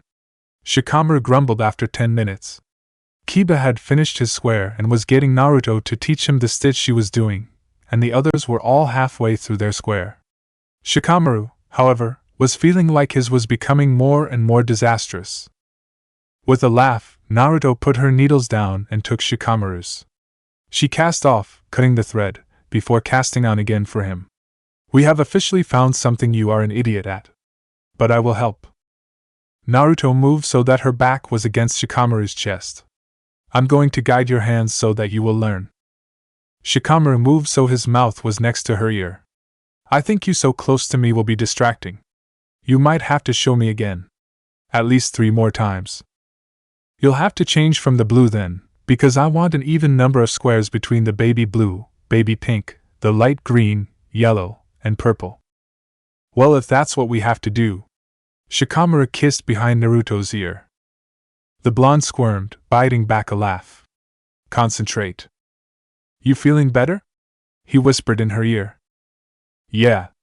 Focusing on this task is helping, Naruto whispered back, tipping her head back to look up at Shikamaru, who kissed her forehead. I'm finished, Kiba declared, making the 2 jump. Well, put that one on my pile. I'm thinking I will put all your knit-stitch ones around a flower croquet pattern I want to do. I tried to do it for a blanket for Yasu when she was little, but it did not end well. I've had practice since. I was thinking of stitching all your initials into the squares you all knitted. But first I have to get Shikamaru's underway. Naruto scrunched her nose up at Shikamaru mockingly, making him pretend to bite at her ear. Can I do more? Kiba asked tentatively. Can you show Hinata and Choji how to cast off? They look done? We are? Cool. Can we learn the next stitch? Choji asked, watching as Kiba showed him how to cast off. Sure, if Shikamaru thinks he can manage on his own. I'll try. Shikamaru kissed Naruto's forehead before letting her get up and more towards Choji and Hinata. Just take it slow. You don't have to finish it tonight. Says the one who has finished 7 squares. Ino taunted, only to gasp. Oh, I thought I dropped a stitch. But I did what you said. That's what you get for back talking, Naruto laughed. Since you are all working hard, I think I'll start doing the embroidery of your initials. Can I help? Kiba asked eagerly. Let's get you some practice first. There are scrap samples of knitting in the container at the bottom of the linen cupboard. Get it out, and I'll show you how to embroider. And get some of the wool out, so we aren't wasting this lot. Kiba paid close attention to what Naruto explained to him, and picked up the talent well. Before long he and Naruto were planning what color embroidery they should put on each one of the different squares. You have a natural talent for this. It took me ages to learn this stuff, Naruto complimented, picking up Hinata's knitted square and starting to embroider HH into the green wool with purple wool. She moved back to her seat next to Shikamaru. Well, you probably had to learn by yourself. I have you to teach me. Kiba continued to embroider Choji's square, not meeting Naruto's eye as he began to talk again. I remembered what I said when Haruki kissed you. I just want you to know it had nothing to do with him being a boy. It was just that seeing my friend getting his face sucked off when I was not expecting it was disturbing. If you start dating someone, especially if it's a fellow friend, I want you to know I have no problem with you showing him affection. I never thought that, Naruto assured. I half want to test whether you can handle seeing 2 of your friends making out, Ino laughed wickedly. Ino, are you just trying to use this as a way to trick Choji into kissing you again? Shikamaru taunted, receiving a pillow to the face. He would have batted it away but couldn't without risking his knitting. With a fake frustrated sigh, Shikamaru put his knitting down. Ino looked worried until Shikamaru smirked. He quickly put his hand behind Naruto's head and pulled her to him, kissing her full on the mouth. His free hand went to Naruto's hip as one of her hands went to his chest as his tongue danced around the entrance to Naruto's mouth. Shikamaru made sure to tilt his head, and in extension Naruto's, so that the others couldn't see their lips properly. When they pulled back, Shikamaru looked at Kiba plainly. Well, he doesn't look green. Maybe if we told him about the tongue involved, Naruto added. Oh, I think his eyes just bulged. You 2 did this just for a joke? Kiba yelped. Is he a good kisser? Hinata! Naruto yelped. What? It's a valid question. Hinata rolled her eyes. Fine. Naruto, When you came back, which guy did you think had grown up to look the hottest? Hinata! We don't want to know! Kiba went red. I do! Choji laughed. Kiba's just worried that it's not going to be him. Though after that kiss Naruto might be biased. Ino laughed at the boys. I've also seen Shikamaru without a shirt. Naruto grinned. Quick, guys, strip. All three girls laughed wickedly at the blushing and splattering that followed. The rest of the night was filled with the making of Kurenai-sensei's baby blanket, eating of dessert, and laughter.